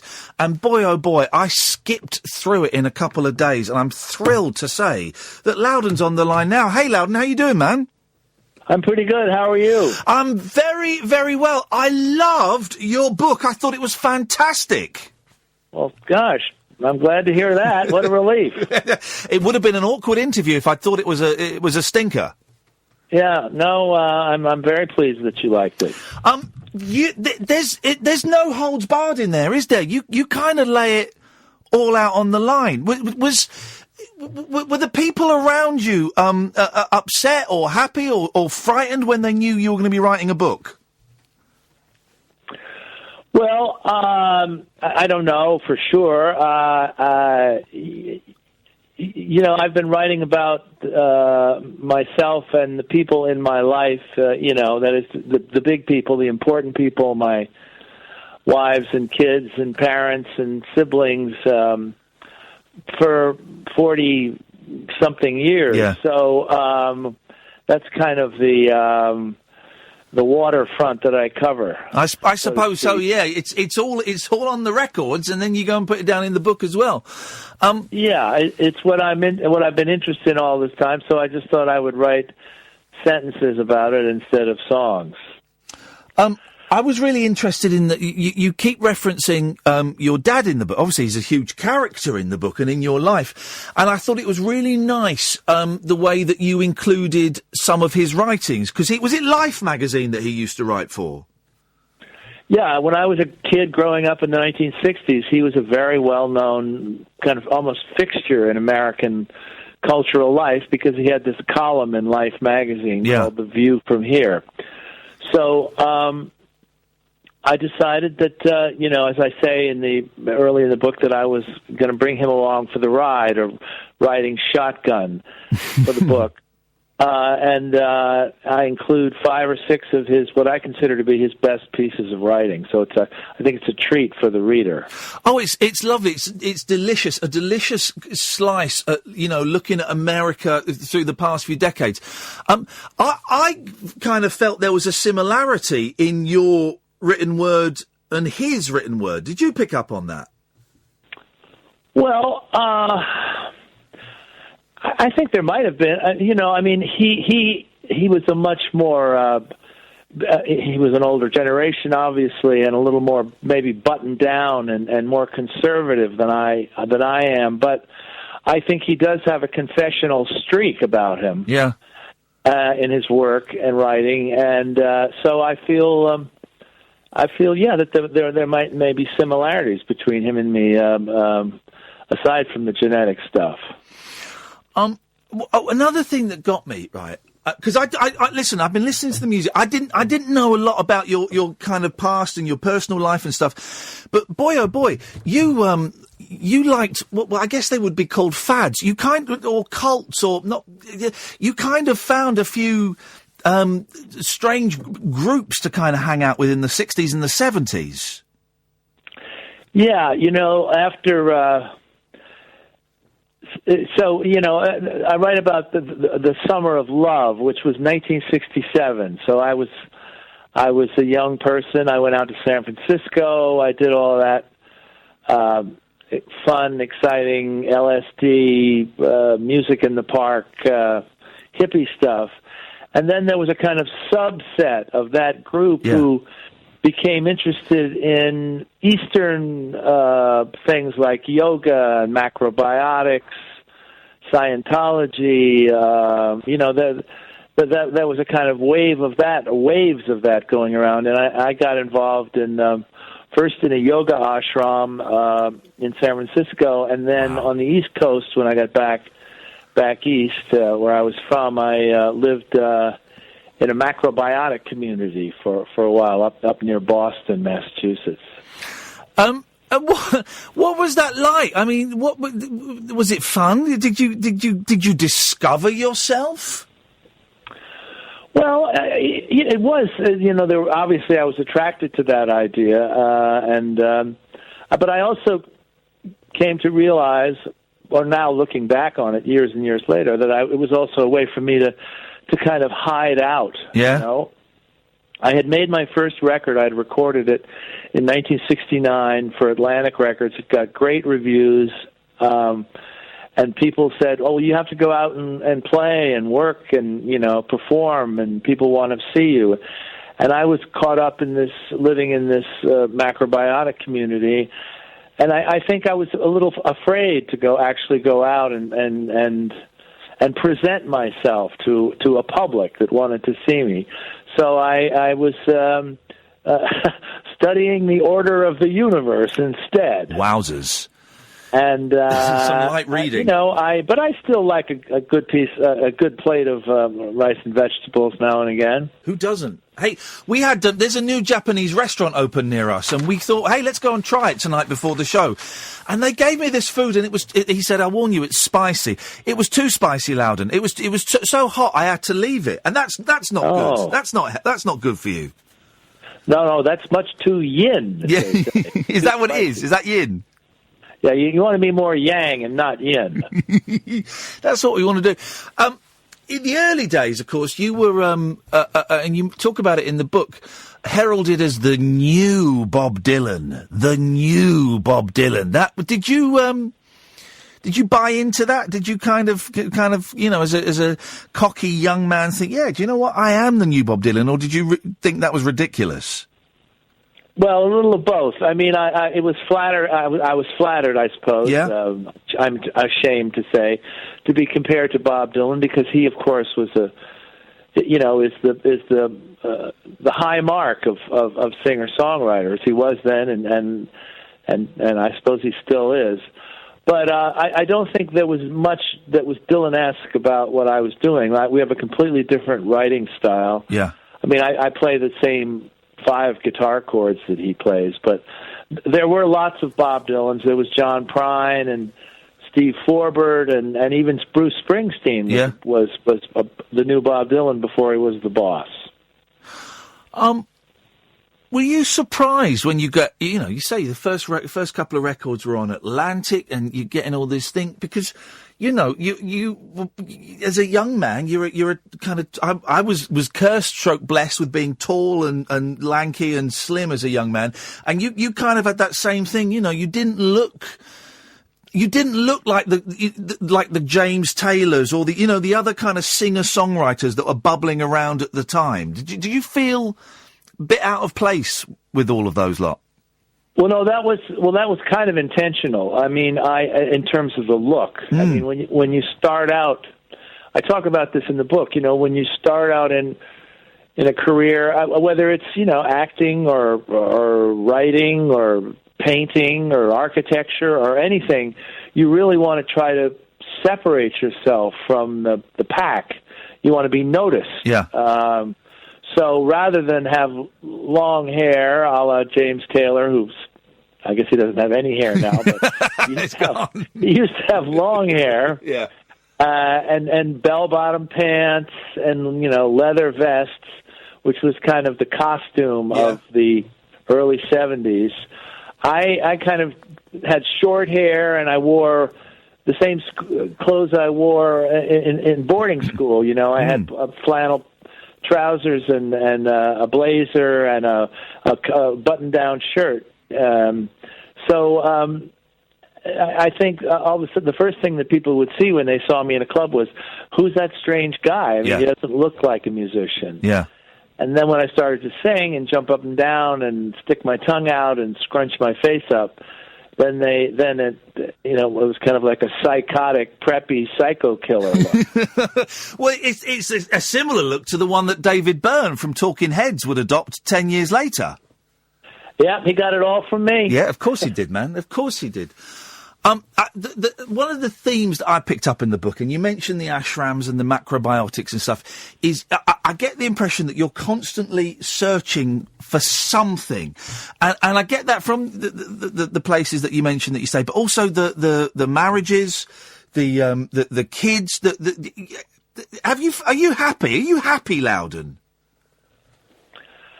Well, that's a big question, you got me man. On a good day, I'm not feeling too bad. The sun is shining here in Portland, Oregon, and I've walked over the bridge. Yesterday, I saw a rainbow. Oh, I saw beautiful! 2 rainbows at the same time. Beautiful. So, what's to complain about? You know, I'm like everybody else on this planet. You know, I am searching and trying to, get somewhere, and goodness knows where that is. I'm fortunate in that I have this job, which I'm very interested in still after almost 50 years. Yeah, and, performing for people and writing songs to sing to them. So I feel lucky. I have bad days like everybody else, and some days I have really bad days, but I'm feeling fine today. Thanks for asking. Well, no, and I mean it genuinely, because we talk a lot about mental health and depression and stuff on this show, because of, partly because of the stuff that I've gone through. And you do write quite openly. There's a lovely piece where in the book where you talk about sort of having, and I'm going to paraphrase it slightly, but sort of having a low level, constant depression, not one where you're necessarily wanting to jump off a bridge, but you feel kind of weighed down by life. Yeah, I would characterize myself as a kind of functioning depressive. And I think that will surprise a lot of people. Well, when I get up on stage, I kind of jump around and look like I'm writing and singing about all that. Yeah. Now, there have been periods when my mother died in 1997. I mean, I knew that was going to have a huge effect on me, and it actually just knocked me over. I mean, I couldn't work. I lost 20 pounds. I went into a real depression. And I know people who suffer from crippling, severe depression. I'm not one of those. Fortunately, I'm able to function. But to go back to the barometric comparisons, there's clouds up there. Yeah. Yeah. A lot of people in the UK of my age, mid-40s, thanks very much, will remember you, of course, from... there was this bizarre pairing of you and Jasper Carrott. Jasper Carrott, and kids, if you don't remember Jasper Carrott, in the 80s, he was the biggest comedian in this country, and he owned, I think it was on Saturday nights, he owned Saturday nights, and you... had halfway through each show, you could say, right, now it's Loudon Wainwright, and then you'd come on and do a song. And I remember as a kid just thinking it was so weird that, in this Brummie show, suddenly there's this tall American singing these songs, and I couldn't quite work out what was going on, but I enjoyed it. There's a lot of affection for you in Britain, isn't there? Loudon? Has he gone? Oh. Hello? Have you gone? Loudon? God. Imagine if... God, imagine... I'm sure he hasn't, but imagine if Loudon Wainwright III died during this phone call. That would be awful. Loudon! Kath, call him back. Make sure he's all right. For goodness sakes. Terrified. Please, no! I'm sure he's fine. We'll take a quick break. This is the Late Night Alternative with Iain Lee on Talk Radio. With time to change, 1 in 4 of us will fight a mental health problem this year. Having a mate in your corner can make all the difference. Search Time to Change to find out more. The wild man of late night radio. The Late Night Alternative with Iain Lee on Talk Radio. We have ways of making you talk. This is the Late Night Alternative with me, Iain Lee, on Talk Radio with Time to Change. I pray to God. Loudon, are you back? I'm back. Sorry. What the hell happened to you, man? I don't know. It's I was on a landline, and of course that's an obsolete thing at this point. So I'm now talking to you on my cell phone. I was worried. I thought, God, please don't let him die during this interview. No, I don't want that responsibility on me. We were talking about my depression, so I went off to off myself. God, no, don't. Listen, how did you end up being on the Jasper Carrott show? Because that seemed like a strange pairing. Well, I've got this terrific agent in the UK who still I work with, a guy called Paul Charles. And I had just moved over to Britain. I bought a flat in London, and Paul Charles approached the BBC and then kind of suggested that I might be on the Jasper Carrot show. I had met Jasper because, as you may know, he started out as a guy with a guitar. Yeah, of course. Funny songs. Yeah. I think he and I did a Cambridge Folk Festival, years before that. So the idea was flown that I would be the kind of resident, the topical songwriter, and it worked out. I did. It was fun. I did it for 10 weeks, writing. It was live. Yeah. 10 million people saw it, and I would write a topical song every week. Fun. Yeah, well, one of the brilliant. I loved your book, honestly, Iain, so much. It was such a joy to read. I devoured it. But there's you write brilliantly about your fans and about your relationship with your fans and how that has changed over the years, because you kind of for a while you were sort of you would hang out with your fans and be friends with them, and then that always ends in a very, very weird way. They always think they own you, I think. Yeah, I mean, it's a risk. If you're a performer on stage or on a radio show or in a movie or an actor or something, and people approach you, you love the attention, you like the fact that they love your work. Yeah. So it starts that way, and you'll have a drink with them after the show and give them your email address. But it's a slippery slope. It often, it ends in heartbreak. You kind of let them down. I talk about a group of people from Scotland who in the 80s and 90s would, every time they traveled all over the UK to see me. Yeah. I mean, they were wonderful. I would give them free tickets and we would have drinks. But after a while, it became like, a difficult relationship. I think as all of us got older, something went south about it, and I don't see them anymore.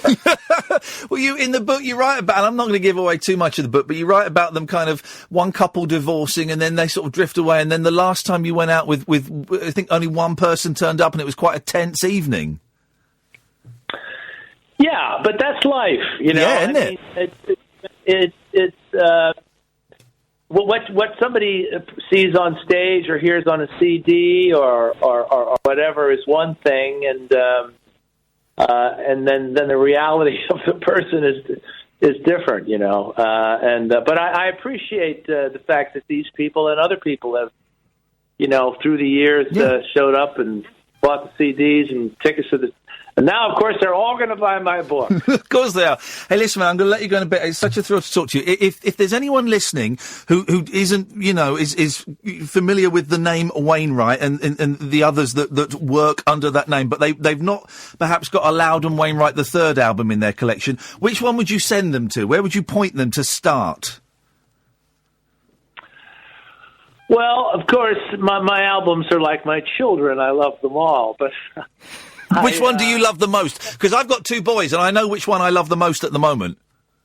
What's that? Well, but out of my two children, at the moment, I'm loving my youngest because my eldest is getting right on my nerves. But please don't. I see. Don't tell them I said it. Well, I mentioned this. This is two records that people ask me this question. I've made 27 records. Yeah. But. The record, interestingly enough, or perhaps obviously, I wrote a record, or I wrote the songs for a record after my father died. It was a record called History. Yeah. Came out about 1992, and I think that's a pretty strong record. It has a lot of excellent songs on it, if I do say so myself. Yeah. And then when my mother died, and my world caved in. Momentarily, I wrote another record or songs for another record called Last Man on Earth. So those are the two records that come to mind. Unfortunately, I only have two parents, so I don't know when the next great album is going to come along, but those are two good ones. Listen, Loudon, the book is a joy. I'm going to tweet the links again. Liner notes on parents, children, exes, excess, decay, and a few more of my favourite things. If you go online and type in Loudon Wainwright liner notes, it will come up. When are you back in the UK, man? I don't know. I did some shows, some festivals this past summer. I'd like to get back there soon. I always love coming over there and performing. Come back and come in the studio one night, or we'll come and see you and record some stuff, because I just think you're fab. I wish you the best of luck with the book, Loudon, and thank you so much for your time, man. All right, great talking to you. Thank you very much indeed. Loudon Wainwright III, ladies and gentlemen. Liner notes on parents, children, etc., etc., etc. It comes out, I think it comes out the end of this month. I think I've got that right. I got a sneaky press version, and it's a joy. It really is a joy. It's one of those autobiographies that doesn't kind of, it's just like it just splurges words and ideas down, and it's such a great read. It really is. Right, we'll crack on with the nonsensical calls. We'll take calls straight to air for the last 30 minutes. Let's do that. 0344 499 1000. This is the Late Night Alternative on Talk Radio. The Late Night Alternative with Iain Lee. Unfiltered night talk with the original king of unconventional conversation on Talk Radio. We have ways of making you talk. He was nice, wasn't he, Loudon? Here's the thing. My musical knowledge about him is not as in-depth as perhaps some of the other guests that we've had on. I know bits and pieces. I know the obvious ones, and I know some of the less obvious ones. But it's not as detailed. But that book is I'll lend it to you, man. It's such a good read. It really is one of those ones where it starts and you think, oh, this guy's holding nothing back. This is going to be a roller coaster, and it really is. And of course, Rufus Wainwright and Martha Wainwright are his two of his children. And I did want to ask him, but I didn't. Although I felt I probably could have asked him anything. What if he ever felt jealous of them? Because they've gone on. Well, Rufus in particular has gone on. Oh, he's a big deal, isn't he? He's a huge deal, absolutely huge. And I just wondered if there was any jealousy, because I could imagine being jealous of my boys if they did the same thing as you, but had ostensibly more. Well, yeah, if they went on and you know became like Ant and Dec or something, you know, had that huge television career, which I always thought I was going to have and then never had, was denied me. You know, for whatever reason, I wasn't good enough, fashion, whatever. If they went on to have that, I could see. Not like the jealousy that would consume me. I don't want to talk to those bastards, but I could feel a little. I could see a little bit of a niggle. Yeah. I really, really could, and there's no shame in that, you know. That's human nature, isn't it? I think it is human nature, but we'll have to ask him next time. It was a slightly stilted conversation. Well, he's in Portland, Oregon. He's miles away. He's on the phone, and he's an old man as well. And I'm slightly in awe, and I think there might have been a slight delay on the line as well. I think there was. I do believe there was. 0344 499 1000 is the telephone number. You can Skype, and I'm turning Skype back on. Late Night Alternative, and we'll take calls straight to air. So there's no screening. I tell you what we won't do, just because we've had a couple of racist idiots. I won't take any withheld numbers this evening. Apologies. Normally I would. Normally I've not got a problem with it. In the last 25 minutes of the show, I can't be bothered with kids phoning up thinking it's funny to say the N-word. If you want to phone up and prank me, beautiful. Please do it. Please, please, please. But just phoning up saying the N-word, I mean, guys, really? Is that what we've come to in 2017? 0344 499 1000 is the telephone number. You can Skype Late Night Alternative. And I know a few people said, I feel a bit shortchanged by having the guests. Here's where my head is at, and I've kind of got this plan in my head now. We've got a load of guests booked up for the rest of the year. Who have we got? Jimmy Webb. Is Jimmy Webb happening? Jimmy Webb. Well, no, but Jimmy Webb is potentially happening. Jimmy Webb. Peter Hook, I need to make a... Stephen Page. Oh, by the way, next Friday, 10 o'clock, Stephen Page and his band are going to be sat in here live. So if you're watching on Periscope, they're going to be in here live performing some songs, which is great.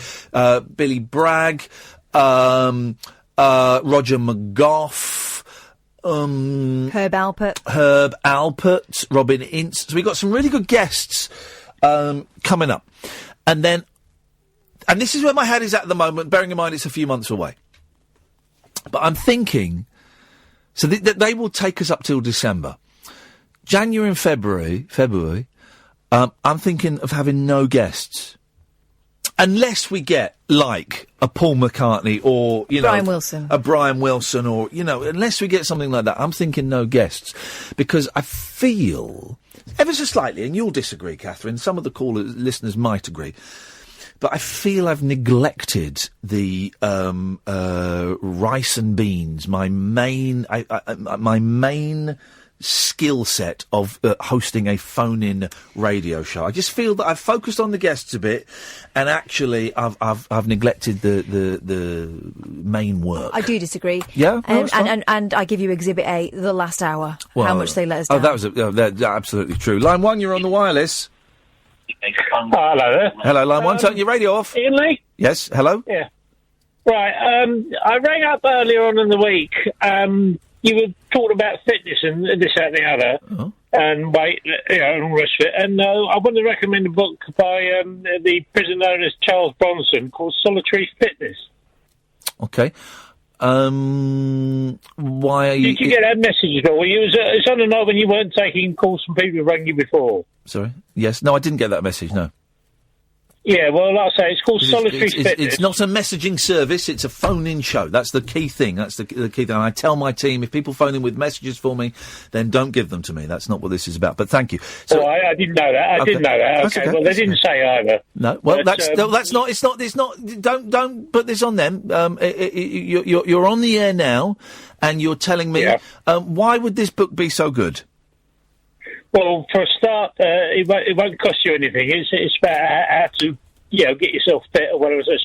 It says on the front, you don't need fancy gym equipment, no, or expensive gear to be as fit as me. Right. And I thought you might be interested. Well, what does he do? Well, he's very fit because he's locked up in solitary 24/7. Right. I don't fancy going to prison. No, you don't have to. No. It explains. It's very good. He's very fit because he's locked up in. He's very fit because he's locked up in solitary. Yeah, I know. You can't trust this bloke, but like I say, and you're recommending a book by him. What if I do? I think it's good. What if I do everything that's in the book and then I die? You won't die. That's the thing. Be extremely fit. You can't trust him. Well, you can trust his book. You might not trust the guy, but you can trust his book. It's a very good book. Bill, thank you very much indeed. Let's go to line 2. 2, you're on the wireless. Hello, Ian. Let's talk about the Beach Boys. Wouldn't it be nice to get on with me neighbours? Oh, there we go. There's a phone. That's what we'll do on Monday. Lyrics from songs that are in 2 songs. Wouldn't it be nice to get on with me neighbours? Yeah, go on. Something. Yeah. Tells me I'm in something good. There we go. There we go. Okay, lyrics from songs that are in one song but are also in a song by Herman's Hermits or The Small Faces. There we go. We'll make it really niche. Right, we can do that. That's what we'll do. So what do you want to talk about? What do you want to say about the Beach Boys?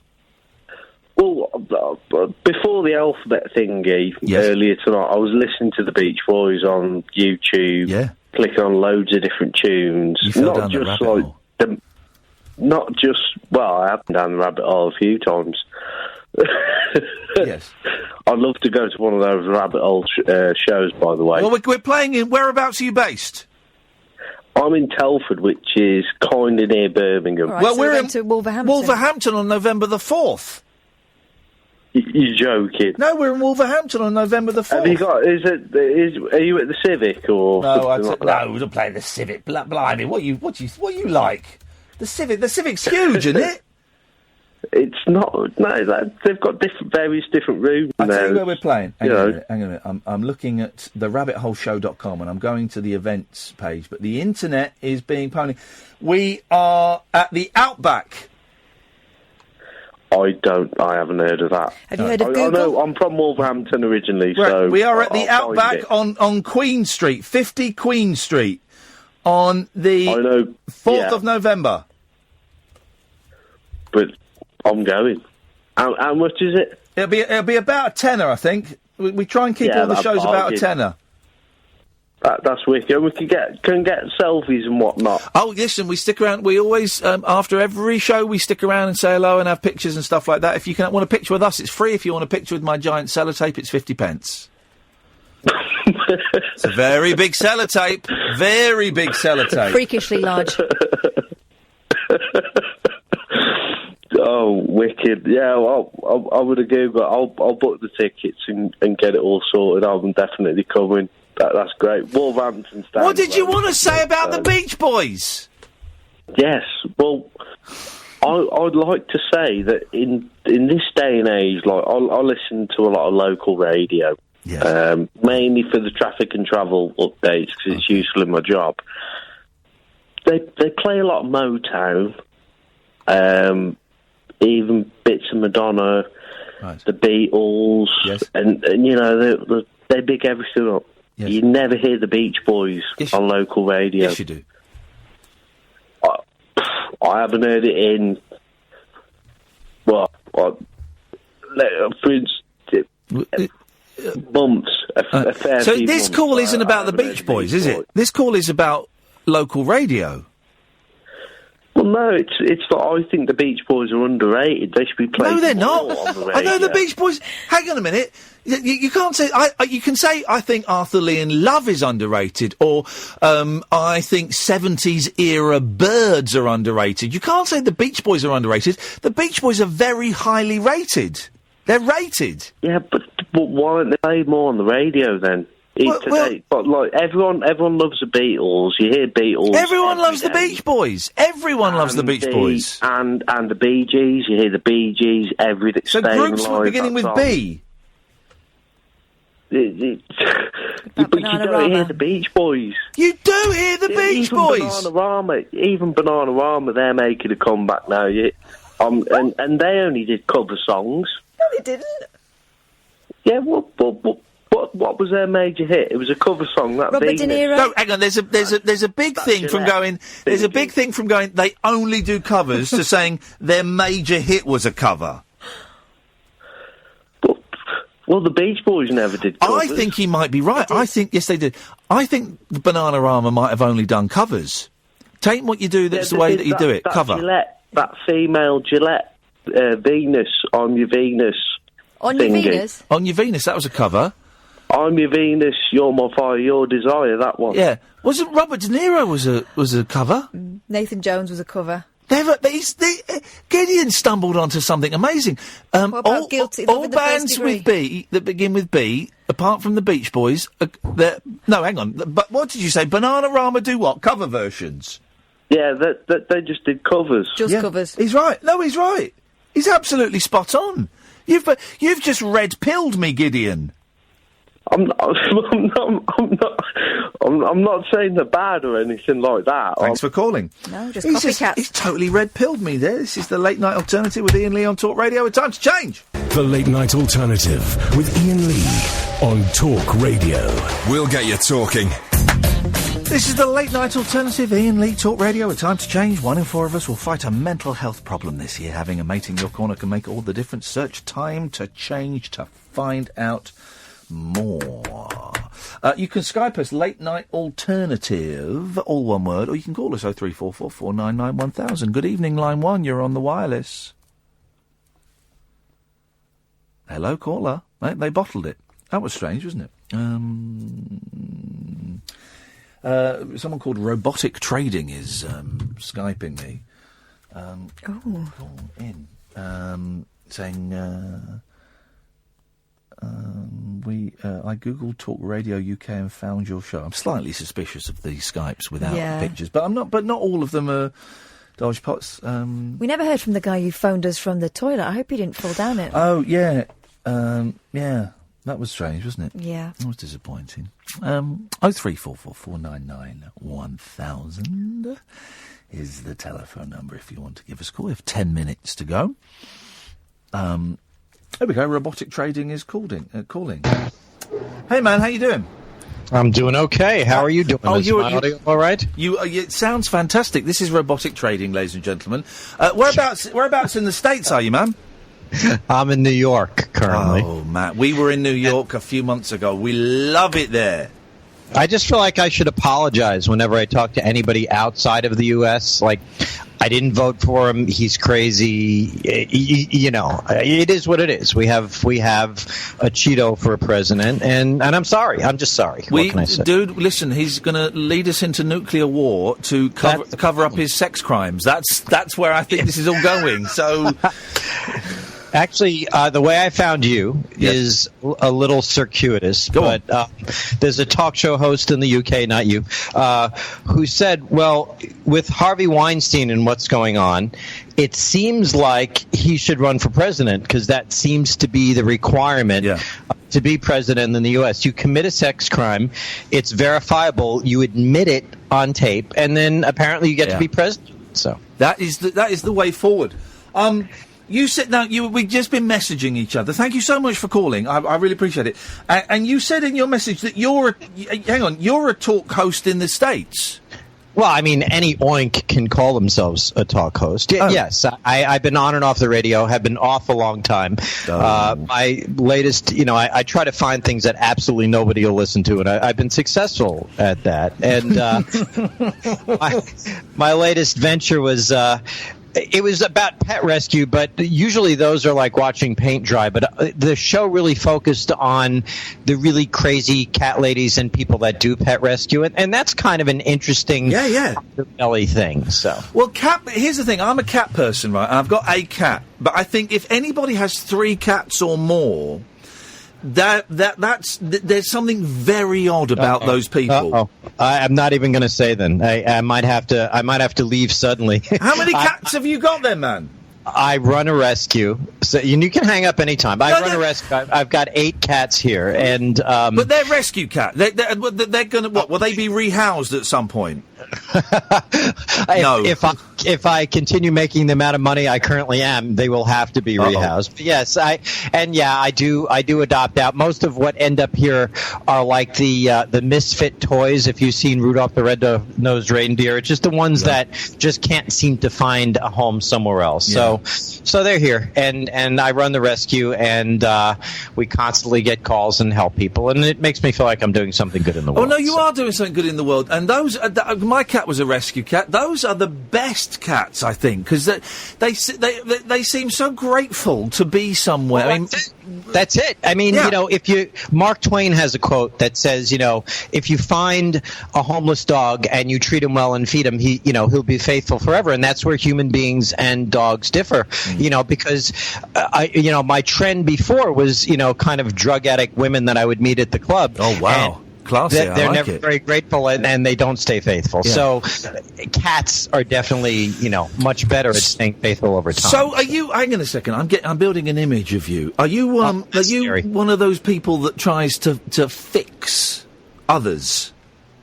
That is called codependency, and guilty as charged. Yes, and if you're a codependent, try cats and not alcoholic or drug addict women. They're much more grateful over time. Yeah, no, I know. I'm aware of the phrase codependent, and it's not a criticism. It's not about. It's just a character trait that some people are like that, and they see that there's quite often if people have been divorced 3, 4, 5 times, they're generally codependent because they're picking people that they want to fix and cure, and either they do fix them and the person goes, I don't want to be with you anymore, and goes off, or it's unfixable and they end up with daggers drawn literally and metaphorically. Well, yeah, I mean, I think what happens, it's kind of what they call a dance of death. You get one person who thinks they're God, and then the codependent remains their loyal subject. Yeah. And, staying on our president, he's a standard narcissist. People who think that the world revolves around them, and then they get a codependent who is probably brought up by somebody like that, who revolves around that person like a satellite. And who the hell, that is like volunteer slavery. Who the hell wants to be that, This whole, while we've got you, we've not really talked about this on this show because it's not really what we do, but I am repulsed and fascinated in equal measure by this whole Harvey Weinstein thing. It really is. I tell you what's funny, there's a lot of criticism over here for in some of the worst British newspapers. Some of these women are coming out 20, 30 years after they claim it happened. And I don't think you can judge any victim on the length of time it takes them to find the courage or the strength or the wherewithal to come out and say that they are a victim. Well, it's the same thing with the Cosby thing. I mean, especially show business. This is very specific to show business because that's the way show business seemed to work. Yeah. These people completely took advantage. I don't know if you heard the Sting tape with Harvey Weinstein, but it's a model saying, I don't want to come into your hotel room, and he's saying, oh, come on, it'll be fine. I swear on my children, whatever he's trying to say. She said, you touched my breast, and he said something like, I do that all the time, which is really an interesting response. How do you say that and get away with it? The way you do that is you make movies, and people know that if they out you, then they're never in a movie again, and nobody believes them. So I think that whenever they come out, especially in droves like this, it's obvious they were worried about their careers, and it was just all covered up. We have I'm so glad you called in. I hope you called in. We've got about 3 minutes left. You mentioned Cosby. Where are we with the Cosby situation? Because we've not heard anything about that over here for ages. Wasn't there a court case going on? I just like that just because I live in the U.S., all of a sudden I'm an expert. Yeah, of course, you know everything that's going on in that tiny little country. That's fine. You can count on me. I'll pretend if I don't know. There was a mistrial. There's supposed to be another trial, and everybody's shaking their swords, and he's saying it's all over, and the people putting the case together again are saying they're really going to get him this time, and I hope they do. I really do. Hey, I didn't get your name. What's your name, fella? My name is Michael Shore. Michael, listen, we're going, but is tonight the first one you listened to, or have you listened to a few of these? This is it. I saw an article, or I heard a talk show host in the UK, and I'm like, oh, there's talk radio in the UK. I know I should know that. Yeah. And then I found you. I tried listening to normal talk radio, and you're not normal, which is good. And I said, I can only listen to something like your show. And so that was it. You're the first talk radio show I was able to listen to. I don't know if that's a good or a bad thing. Hey, listen, Michael, we are on weeknights, Monday to Friday, 10 o'clock UK time, which I think is 5 p.m. New York time. So please listen again. Our show is kind of stupid and dumb, and sometimes it gets a bit heavy. Yeah, but I am stupid and dumb, so that's why I like You're our target audience. Give us a call. Give us a call next week, and we'll have a longer chat. That sounds great. Nice one, Michael. Thank you, mate. Cheers. Bye. Bye-bye. There we go. This Skype thing. He's great. Isn't he good? Mm-hmm. I'm going to turn Skype off. This Skype thing, we're not getting many calls on there, but the ones we're getting are just wonderful. There's a bloke in New York who's a talk show host, but he runs a cat rescue, and he's got some stories to tell, I bet. He was a grade A primo caller. Yeah, I enjoyed that. Let's just take this last call straight to air. Good evening, Line 1. You're on the wireless. You all right, mate? Yeah? Bye-bye. You were talking about American stuff. How do you feel about O.J. Simpson coming out of jail? I know his bail, but we'll chat about that. Well, he served his time for that crime that he was convicted of the robbery and, I think, kidnap as well. He should. I suppose he has to come out for that, doesn't he? It's decent. Thanks very much. Let's go to line 2. 2, you're on the wireless. Oh, no, hang on a second. Line 2, you're on the wireless. Letter A. Oh, for goodness sakes, we're not even doing that. It's best we don't discuss it anymore. Last call of the night and the week for me. Line 3. Hello. Yes? I'd just like to talk about the Beach Boys properly, if that's okay. Oh, for goodness sakes. I thought we did the Beach Boys talk. But he didn't want to talk about the Beach Boys. He started to segue into Bananarama. He was obsessed with local radio and Bananarama. Do you know what we could do, Locking, tonight? But I'm tired. I want to go home to bed. And we've got a busy day tomorrow. We're going Brighton. If you're coming to Brighton, someone's bringing a dog. Oh. Yeah. This is the Late Night Alternative with me, Iain Lee, her, Catherine Boyle on Talk Radio with Time to Change. 1 in 4 of us will fight a mental health problem this year. Having a mate in your corner can make all the difference. Search Time to Change to find out more. If you want to see where we're playing, we're going to be in Brighton tomorrow. Go to therabbitholeshow.com, click on events, and you'll see all of our events that are coming up. Thank you, Sam. Thank you, Catherine. Thank you to 75% of the callers. No night.